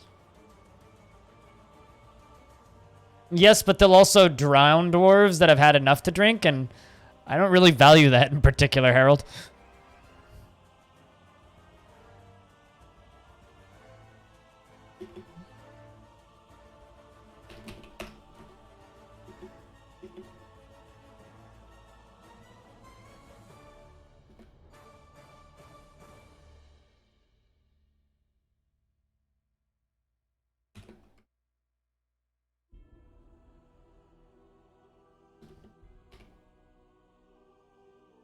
But yes, they will attempt to just give everybody alcohol. But it's not worth, like, having dwarves die of alcohol poisoning and all of your visitors die of alcohol poisoning because they're just like, dwarfs is just like, oh, you're lying down on the ground dying? Here, let me just pour this alcohol on your head. As that's basically how dwarves operate. Oh, he's lying down. Must need more booze. It's kind of hilarious if you think about it.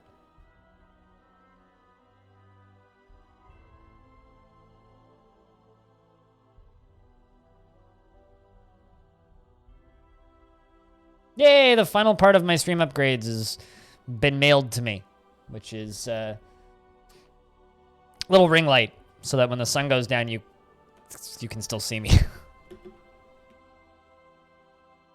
Stonecrafter's throwing a tantrum. Are you still throwing a tantrum? A lot of these tantrums are really short, so they just like immediately end. How's Chocobo doing with the whole chained up thing? Ooh, not so good. Not so good. You're attending a meeting. I don't think that's gonna go so hot there. Drunken tavern brawls. I mean, those are just a given. Those will just happen anyway. Yeah, no, I need a little ring light because, like, this camera's great. And I kind of love it. The problem is this is all natural light you're seeing. So when the sun goes down,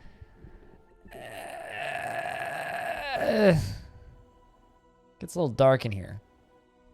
So, little ring light, which will go right behind this. It's going to help with that.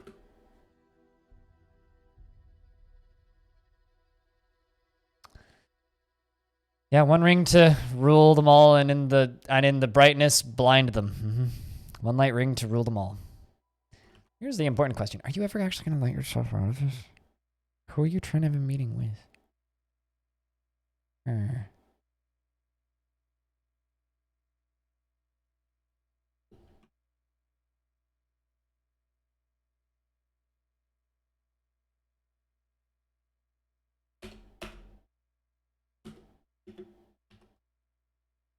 Who are you attempting to have a meeting with? After dark stream is where it gets... Now, after dark stream is when I tell people, hey, throw X amount of money at me and I'll start drinking. That's when it gets weird. But in reality, it's the only time I'm ever any good at roguelikes. Is when I'm drinking.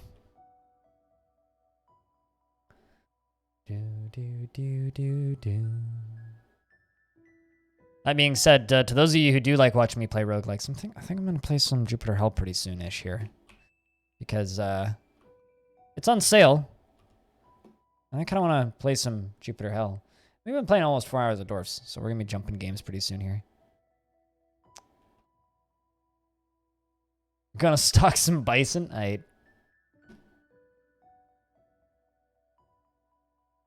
Go get them, bison. Alright, you know what? I also need to make all these bedrooms available. But vampires are fun. You know, like, they kind of suck, and they always end up with some dwarves dying, but frankly, I'm happy that vampires are in the game the way that they are, because they're a fun little mechanic, and they're not too hard to spot once you know what to look for. But I really like vampires. Terrible movie, Stone. Don't watch it.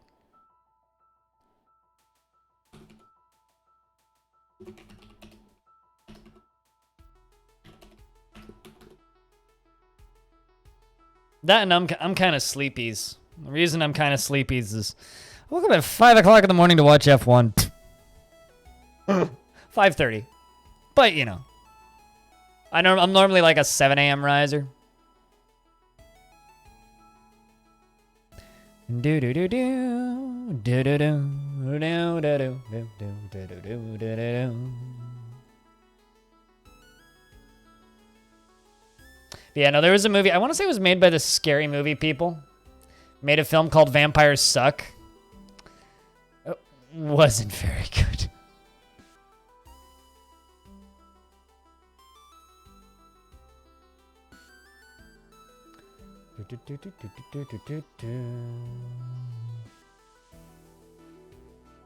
Yeah, I remember there was like a point in like my life where everybody that I knew was just way into that game. Or not that game, that movie, Vampires Suck. And like those movies by all those people. And I don't know, man.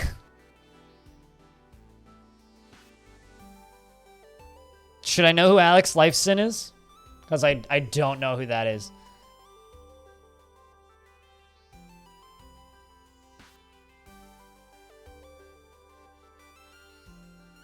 Okay. Yeah, fair enough. I'm terrible with names. For actors, artists. Kind of Canadian, am I? One that can't remember names. Like, Iron Maiden is one of my favorite bands of all time. I know the name of the lead singer. That's it. Nobody else. I'm terrible with names. I'm great with faces. Can't do names. I couldn't tell you the names of any of the bands I like. Or any of the members of any of the bands. Except for Holy Fuck. And that's just because there's two Matts in there. It's Matt and Matt. But I don't know the other two guys' names.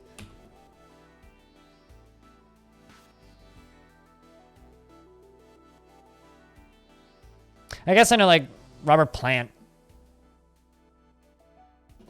But that's because he does solo stuff under that name. Yeah, unless, like, they do solo stuff under their name,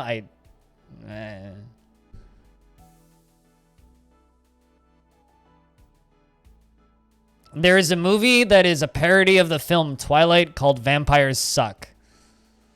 They're still around. They literally just did a live performance. Harold Beaver. They took, I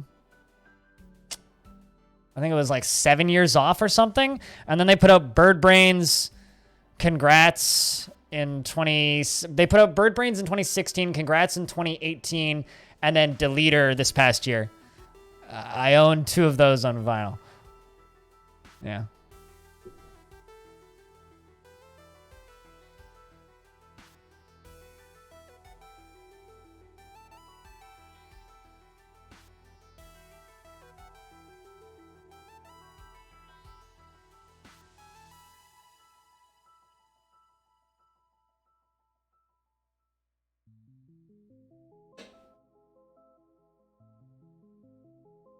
I have Bird Brains and Deleter.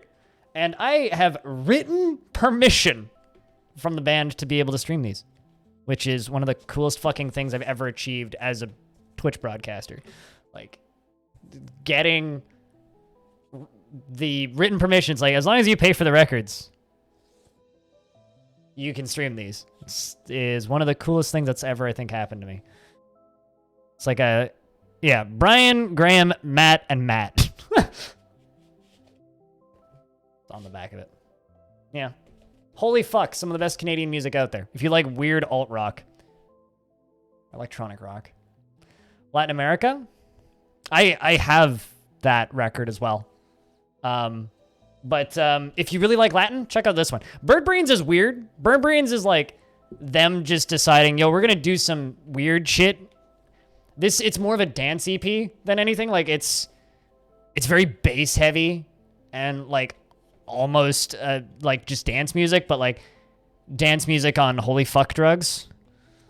Whereas this album is incredible. I think this might actually be my favorite album they've ever done. Did I mention your name, Goldpoke? I don't think so.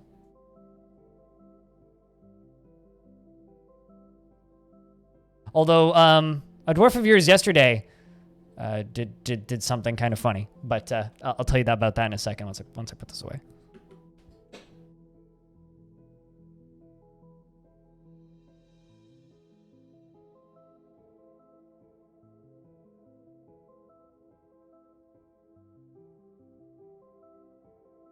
So Gold Poke, yesterday, one of your dwarves got attacked by a giant spider. Now, the giant spider didn't do a very good job killing you.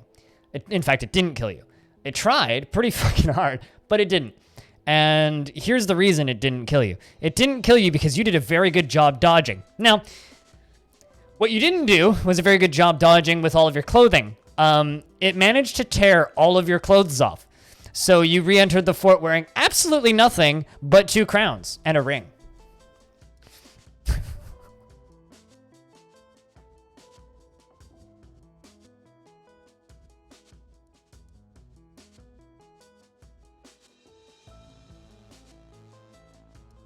If you're into weird rock. Yeah, if you're into weird rock and roll, holy fuck is great. But hold on, let me find that video of them doing a live performance. Because it was posted by a Spanish radio station. It's like an exclusive to them. And last time I checked, not very many people had seen it.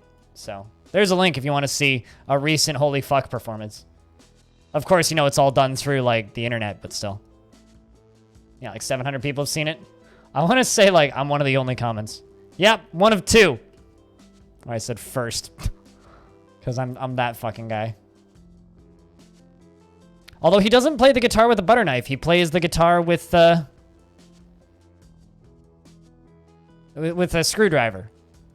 You know.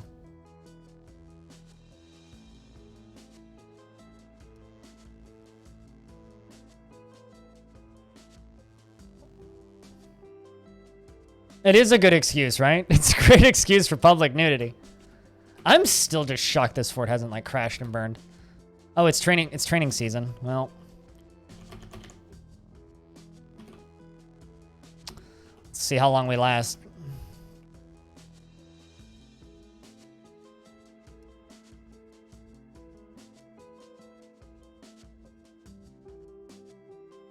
Unavailable in your country? No!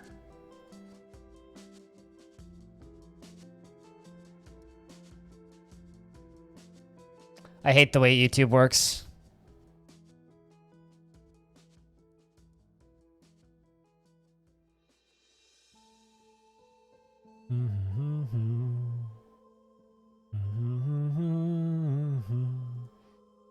But yeah, no, Holy Fuck took a couple of years off because they were originally all from Toronto, and one of them moved to Halifax and one of them moved to New York, both to get married.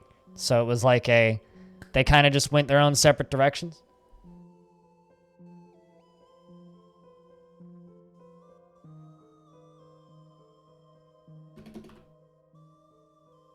So they took 7 years off because of that. God, I got so many depressed dwarves. Yeah, religion forts don't really work.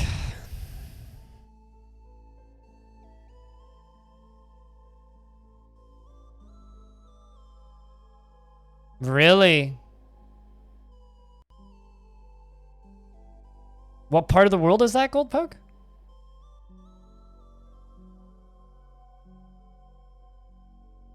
That's a little fucked up. How much silver do I have? 37.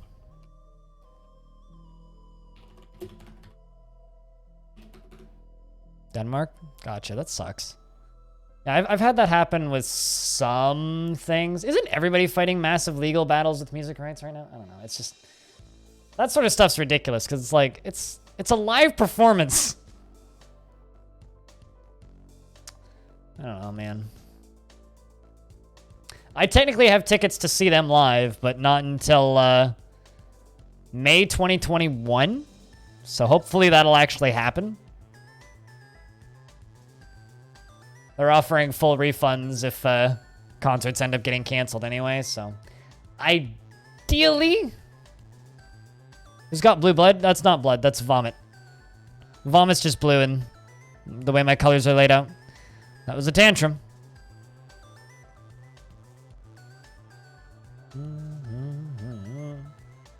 Do-do-do-do-do. Gelder's been found dead.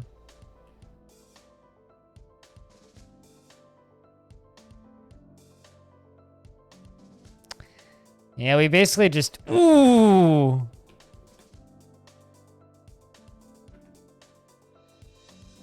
This is just gonna force tantrum spiral us if I keep leaving them here. Man.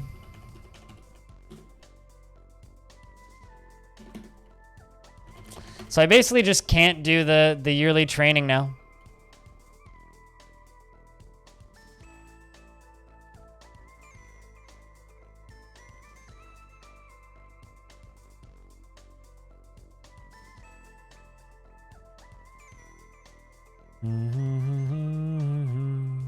Which sucks, because that's how I was doing this fort. Every spring I was just letting everybody train, but I've just got too many dwarves that are having panic attacks. Unless I just like expel every dwarf who's depressed and throwing panic attacks, it's like, I don't know if I can do this anymore. At least not the way I decided to run this fort theme-wise. It's like, there's another one. Like, look at all these disorderly conduct. This is mostly Nish.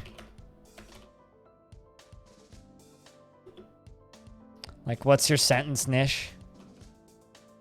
57 days in prison.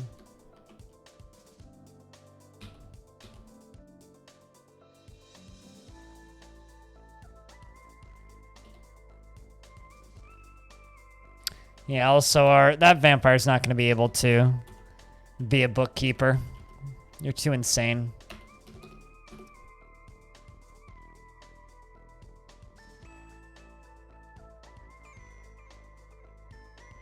Yeah, I don't know what to do with this fort, chat room. I don't.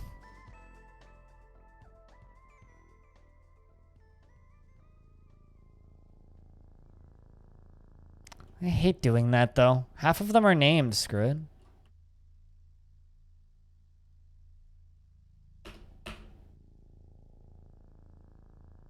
it. Okay, fuck it.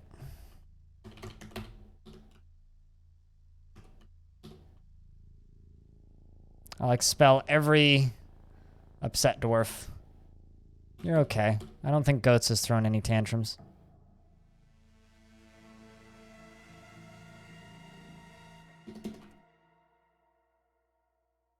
Cyrolac also hasn't, to my knowledge. What about you? Salone, yeah, you can leave. Chocobo, you have... Oh, child is not present. Cannot expel. Mm-hmm.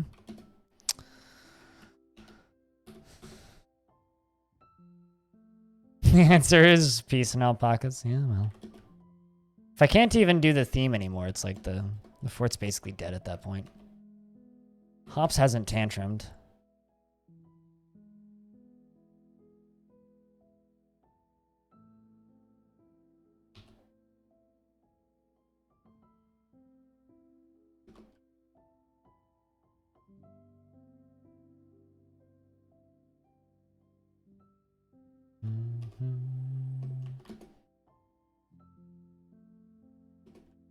That or just like let them tantrum spiral to death and start a new fort. It's also an option.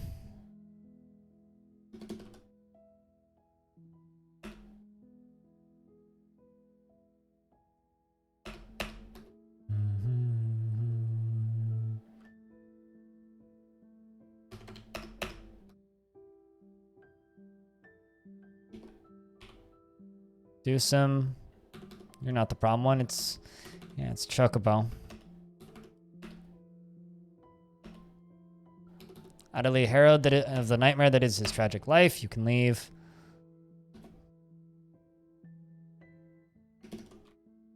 That's Goats.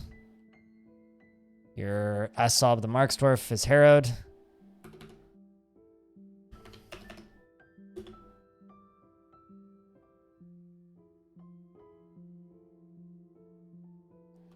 Magna's running around obliviously, but Child isn't present.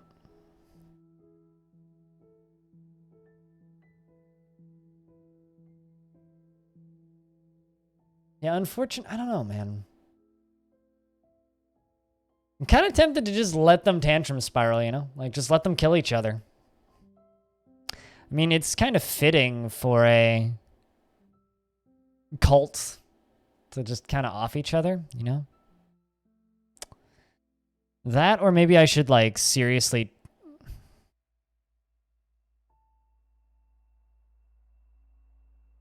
How about this? I'm trying to make this fort interesting still, right? What if this? What if we move into the depths of underground?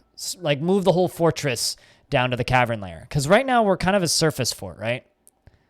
What if we take all of the dwarves that we have, which is currently 32, and just be like, all right, this is our cult. We're moving underground now. Move all the bedrooms underground.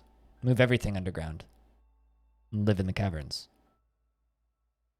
Seal off this upper area. Forget it all.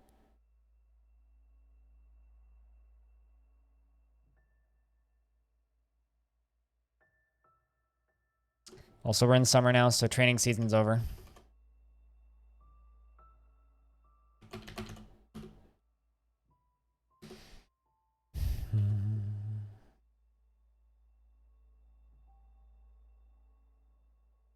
I really need somebody to be brewing drinks from plants. You've got the brewing job, but I need someone else to be brewing. Oh, I expelled my brewer. That would do it. Mang, you don't have any jobs of value. Can you go brew, please? After you're done pasturing stray alpaca.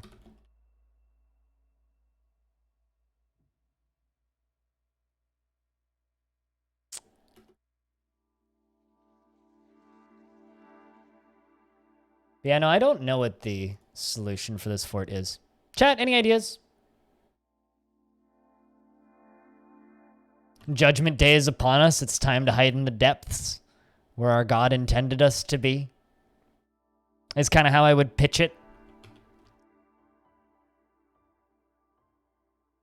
Zutton has been taken by a Feymud, though. Flood it with magma? I don't have any magma. And I'm not digging down to the cavern levels to get magma. So why do you suggest that? Do a thing that you don't have access to that would take literally days of real time to do in-game. No. Also, we have, like, no magma-safe materials that I can make into pumps.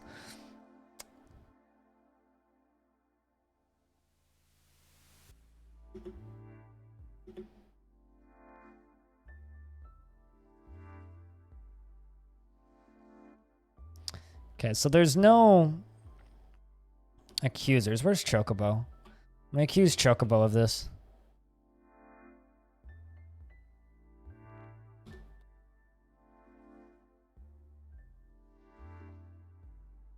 Unlock off the fort.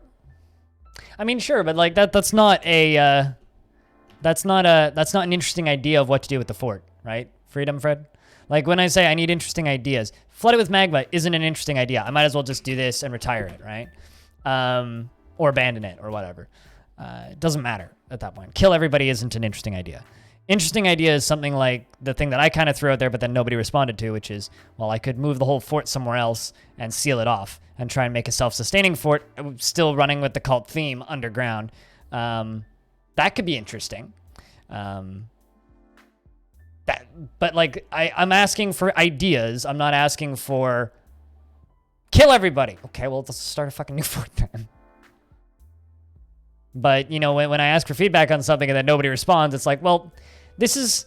I try and make Dwarf Fortress into a collaborative effort, right? Like, in order to help people who are watching keep up with what's happening, it kind of needs to be collaborative. Otherwise, we might as well just go play Dwarf Fortress on your own or not watch, right? Or just watch a VOD later. Like, there's no purpose to seeing it live. So... in order to keep it interesting for everybody as a group, it's like, well, let's keep this collaborative. So I look for ideas. And when the only idea is, set it on fire! Like, how's that helpful? If I wanted to set it on fire, I would have just hit X and exited out already.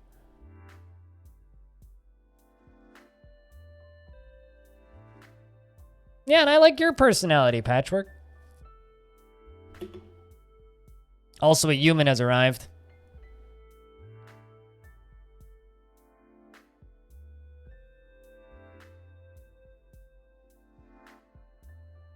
See, one of the original themes, Harold, with this fort was that we weren't going to make any weapons. I did make some silver warhammers just now, but one of the original themes was that we were going to purchase all weapons because we're supposed to be like religious. Like we're supposed to just be a bunch of warrior monks.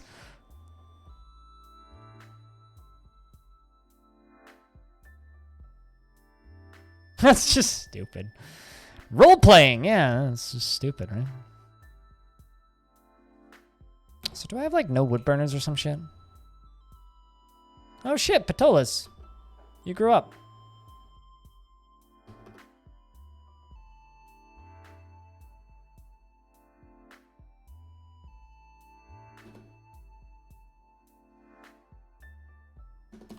Actually, no, I don't want to trade with the humans.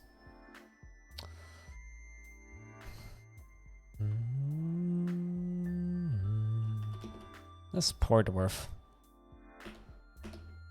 I don't want to speak with you, humans.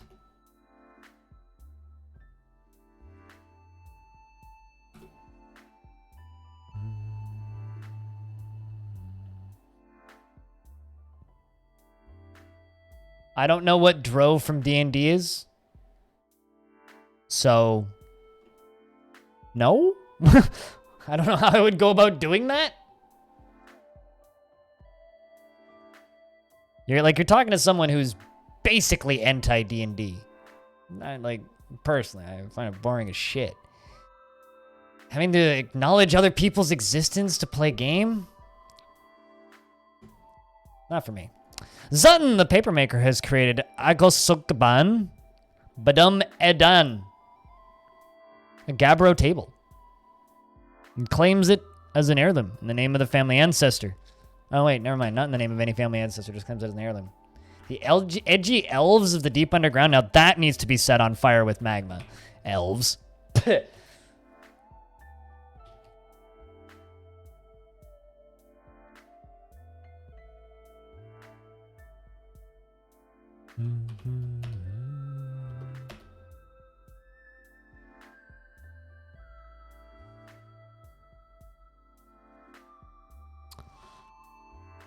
It's like if anything needs to be set on fire with magma, it's that shit. Elves. Build something in the theme of elves. You're lucky I'm in a good mood. You should be banned for that. No, you shouldn't. You're fine. This is a Gabbro table. All craft worship is of the highest quality. It is encrusted with tapered, baga-cut, banded ogates and decorated with turkey bone and naked mulldog bone. This object is adorned with hanging rings of gabbro and menaces with spikes of apricot wood. On the item is an image of Ficod, knife mirrored the dwarf, and Kindlebolts, the goblin, in alpaca leather. Kindlebolts is striking down Ficod, knife mirrored. The artwork relates to the killing of the dwarf Ficod, knife mirrored, by the zombie goblin Kindlebolts in gift tools in the Teeth of Curiosity in the midsummer of 212 during Arist Az, the Assault of Growls. Oopsies, that's the wrong button. That's the right button.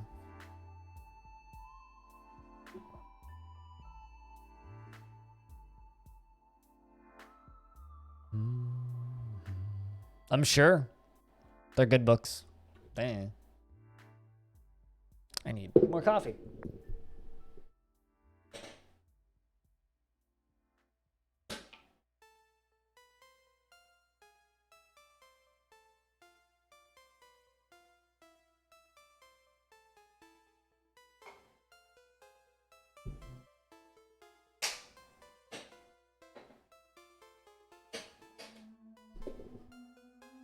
All right.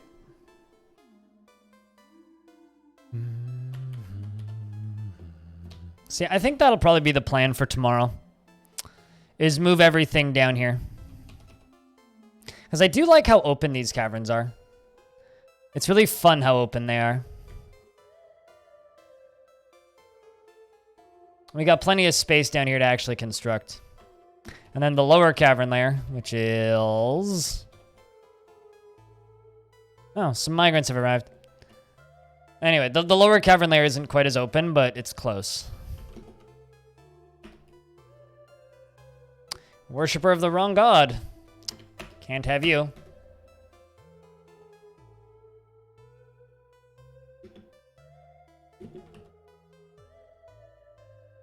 Also a worshiper of the wrong god.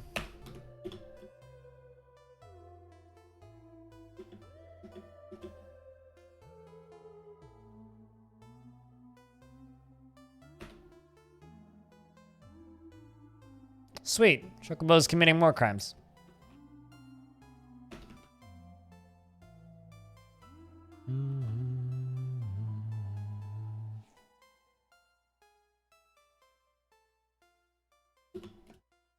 TLDR, so I don't need to click the link.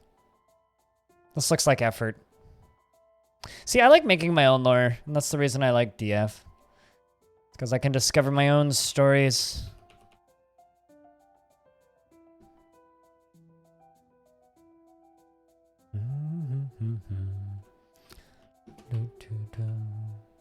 So chat's throwing another tantrum, but that's fine. All right, so Chocobo, you're in prison. What if I just, like, lock the door? He'll eventually disappear, and it's fine. Actually, chat, do you have... Darn, I was going to say, what are the odds you happen to have a pick equipped?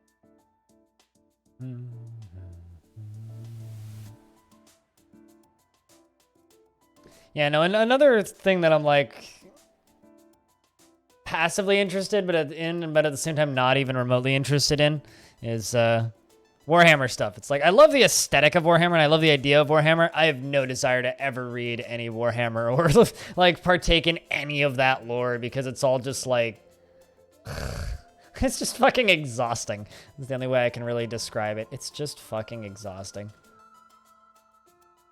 It's like I like games that take place in the Warhammer universe. I like the aesthetics of the Warhammer universe. I love the way, especially the spaceships look. I love the giant space castles, but like actually paying attention to that shit. I don't listen to audiobooks like at all. Last audiobook I listened to was Harry Potter in like 2009 because I re-listened to them all on audiobook after my eyes started to get worse.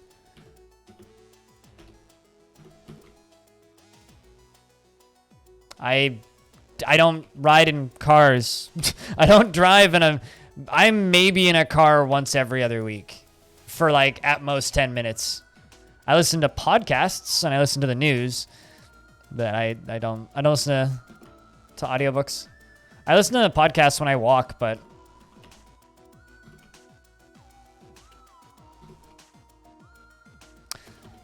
sorry, nonprofit apostle, you gotta go. You've tantrumed one too many times.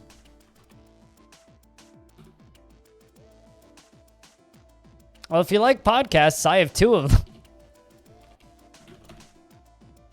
Convincing people to listen to podcasts is harder than convincing me to listen to audiobooks.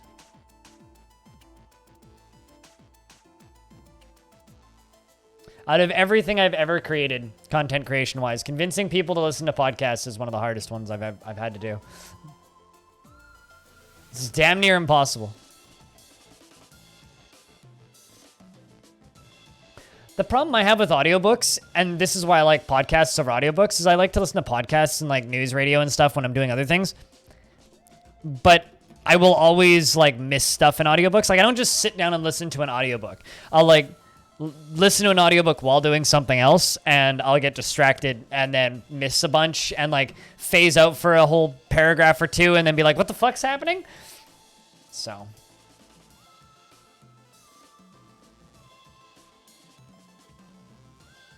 You know, I think most of the people who watch me still need to listen to my podcast. I'm being honest with you.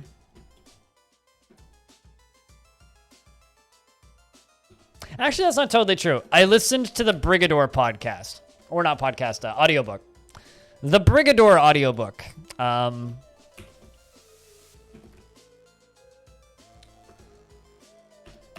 But that was a very short thing. I listened to it in one session. It's like 2 hours long or something. It's a very short book.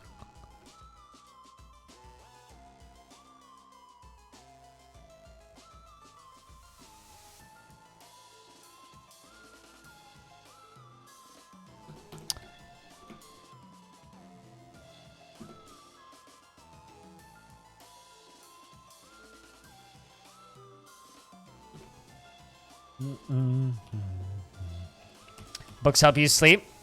Quiet helps me sleep. Any noise bothers me. Weed helps me sleep. But, no, audiobooks actively wake me up. Like, I'm not one of those people who can sleep listening to music or anything. If I listen to an audiobook or a podcast, I'll be up all night. I won't sleep a wink.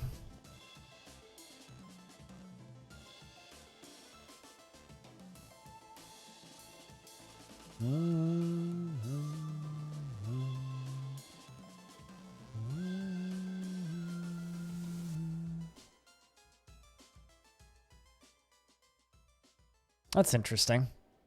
I mean, I've fallen asleep at metal shows before, but that's generally due to alcohol.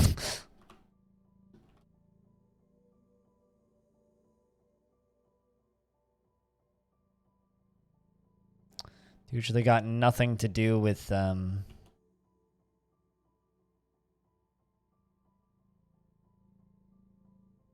music.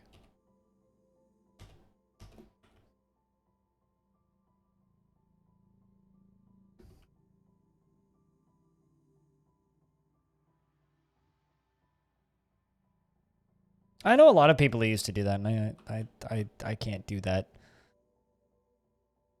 It's like falling asleep to metal. It's also supposedly really bad for you. Falling asleep to metal music, or just loud music in general.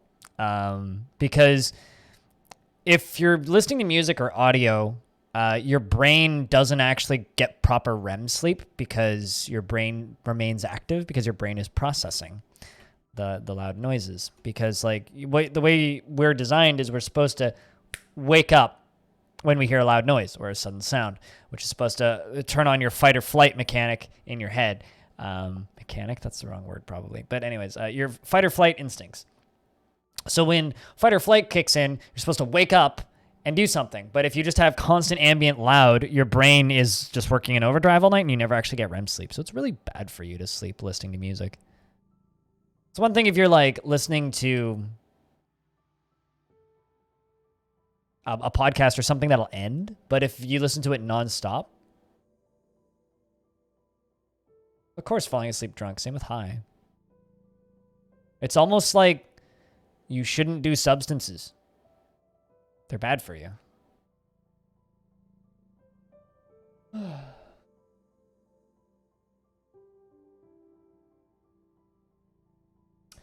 All right, guys.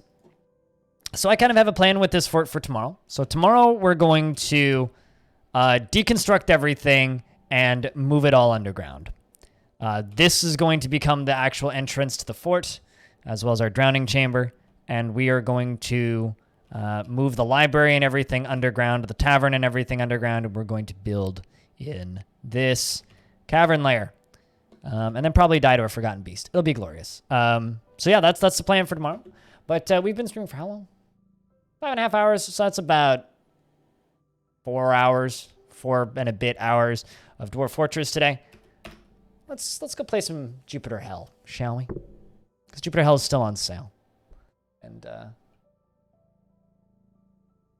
I want to play that. I want to play some more of that.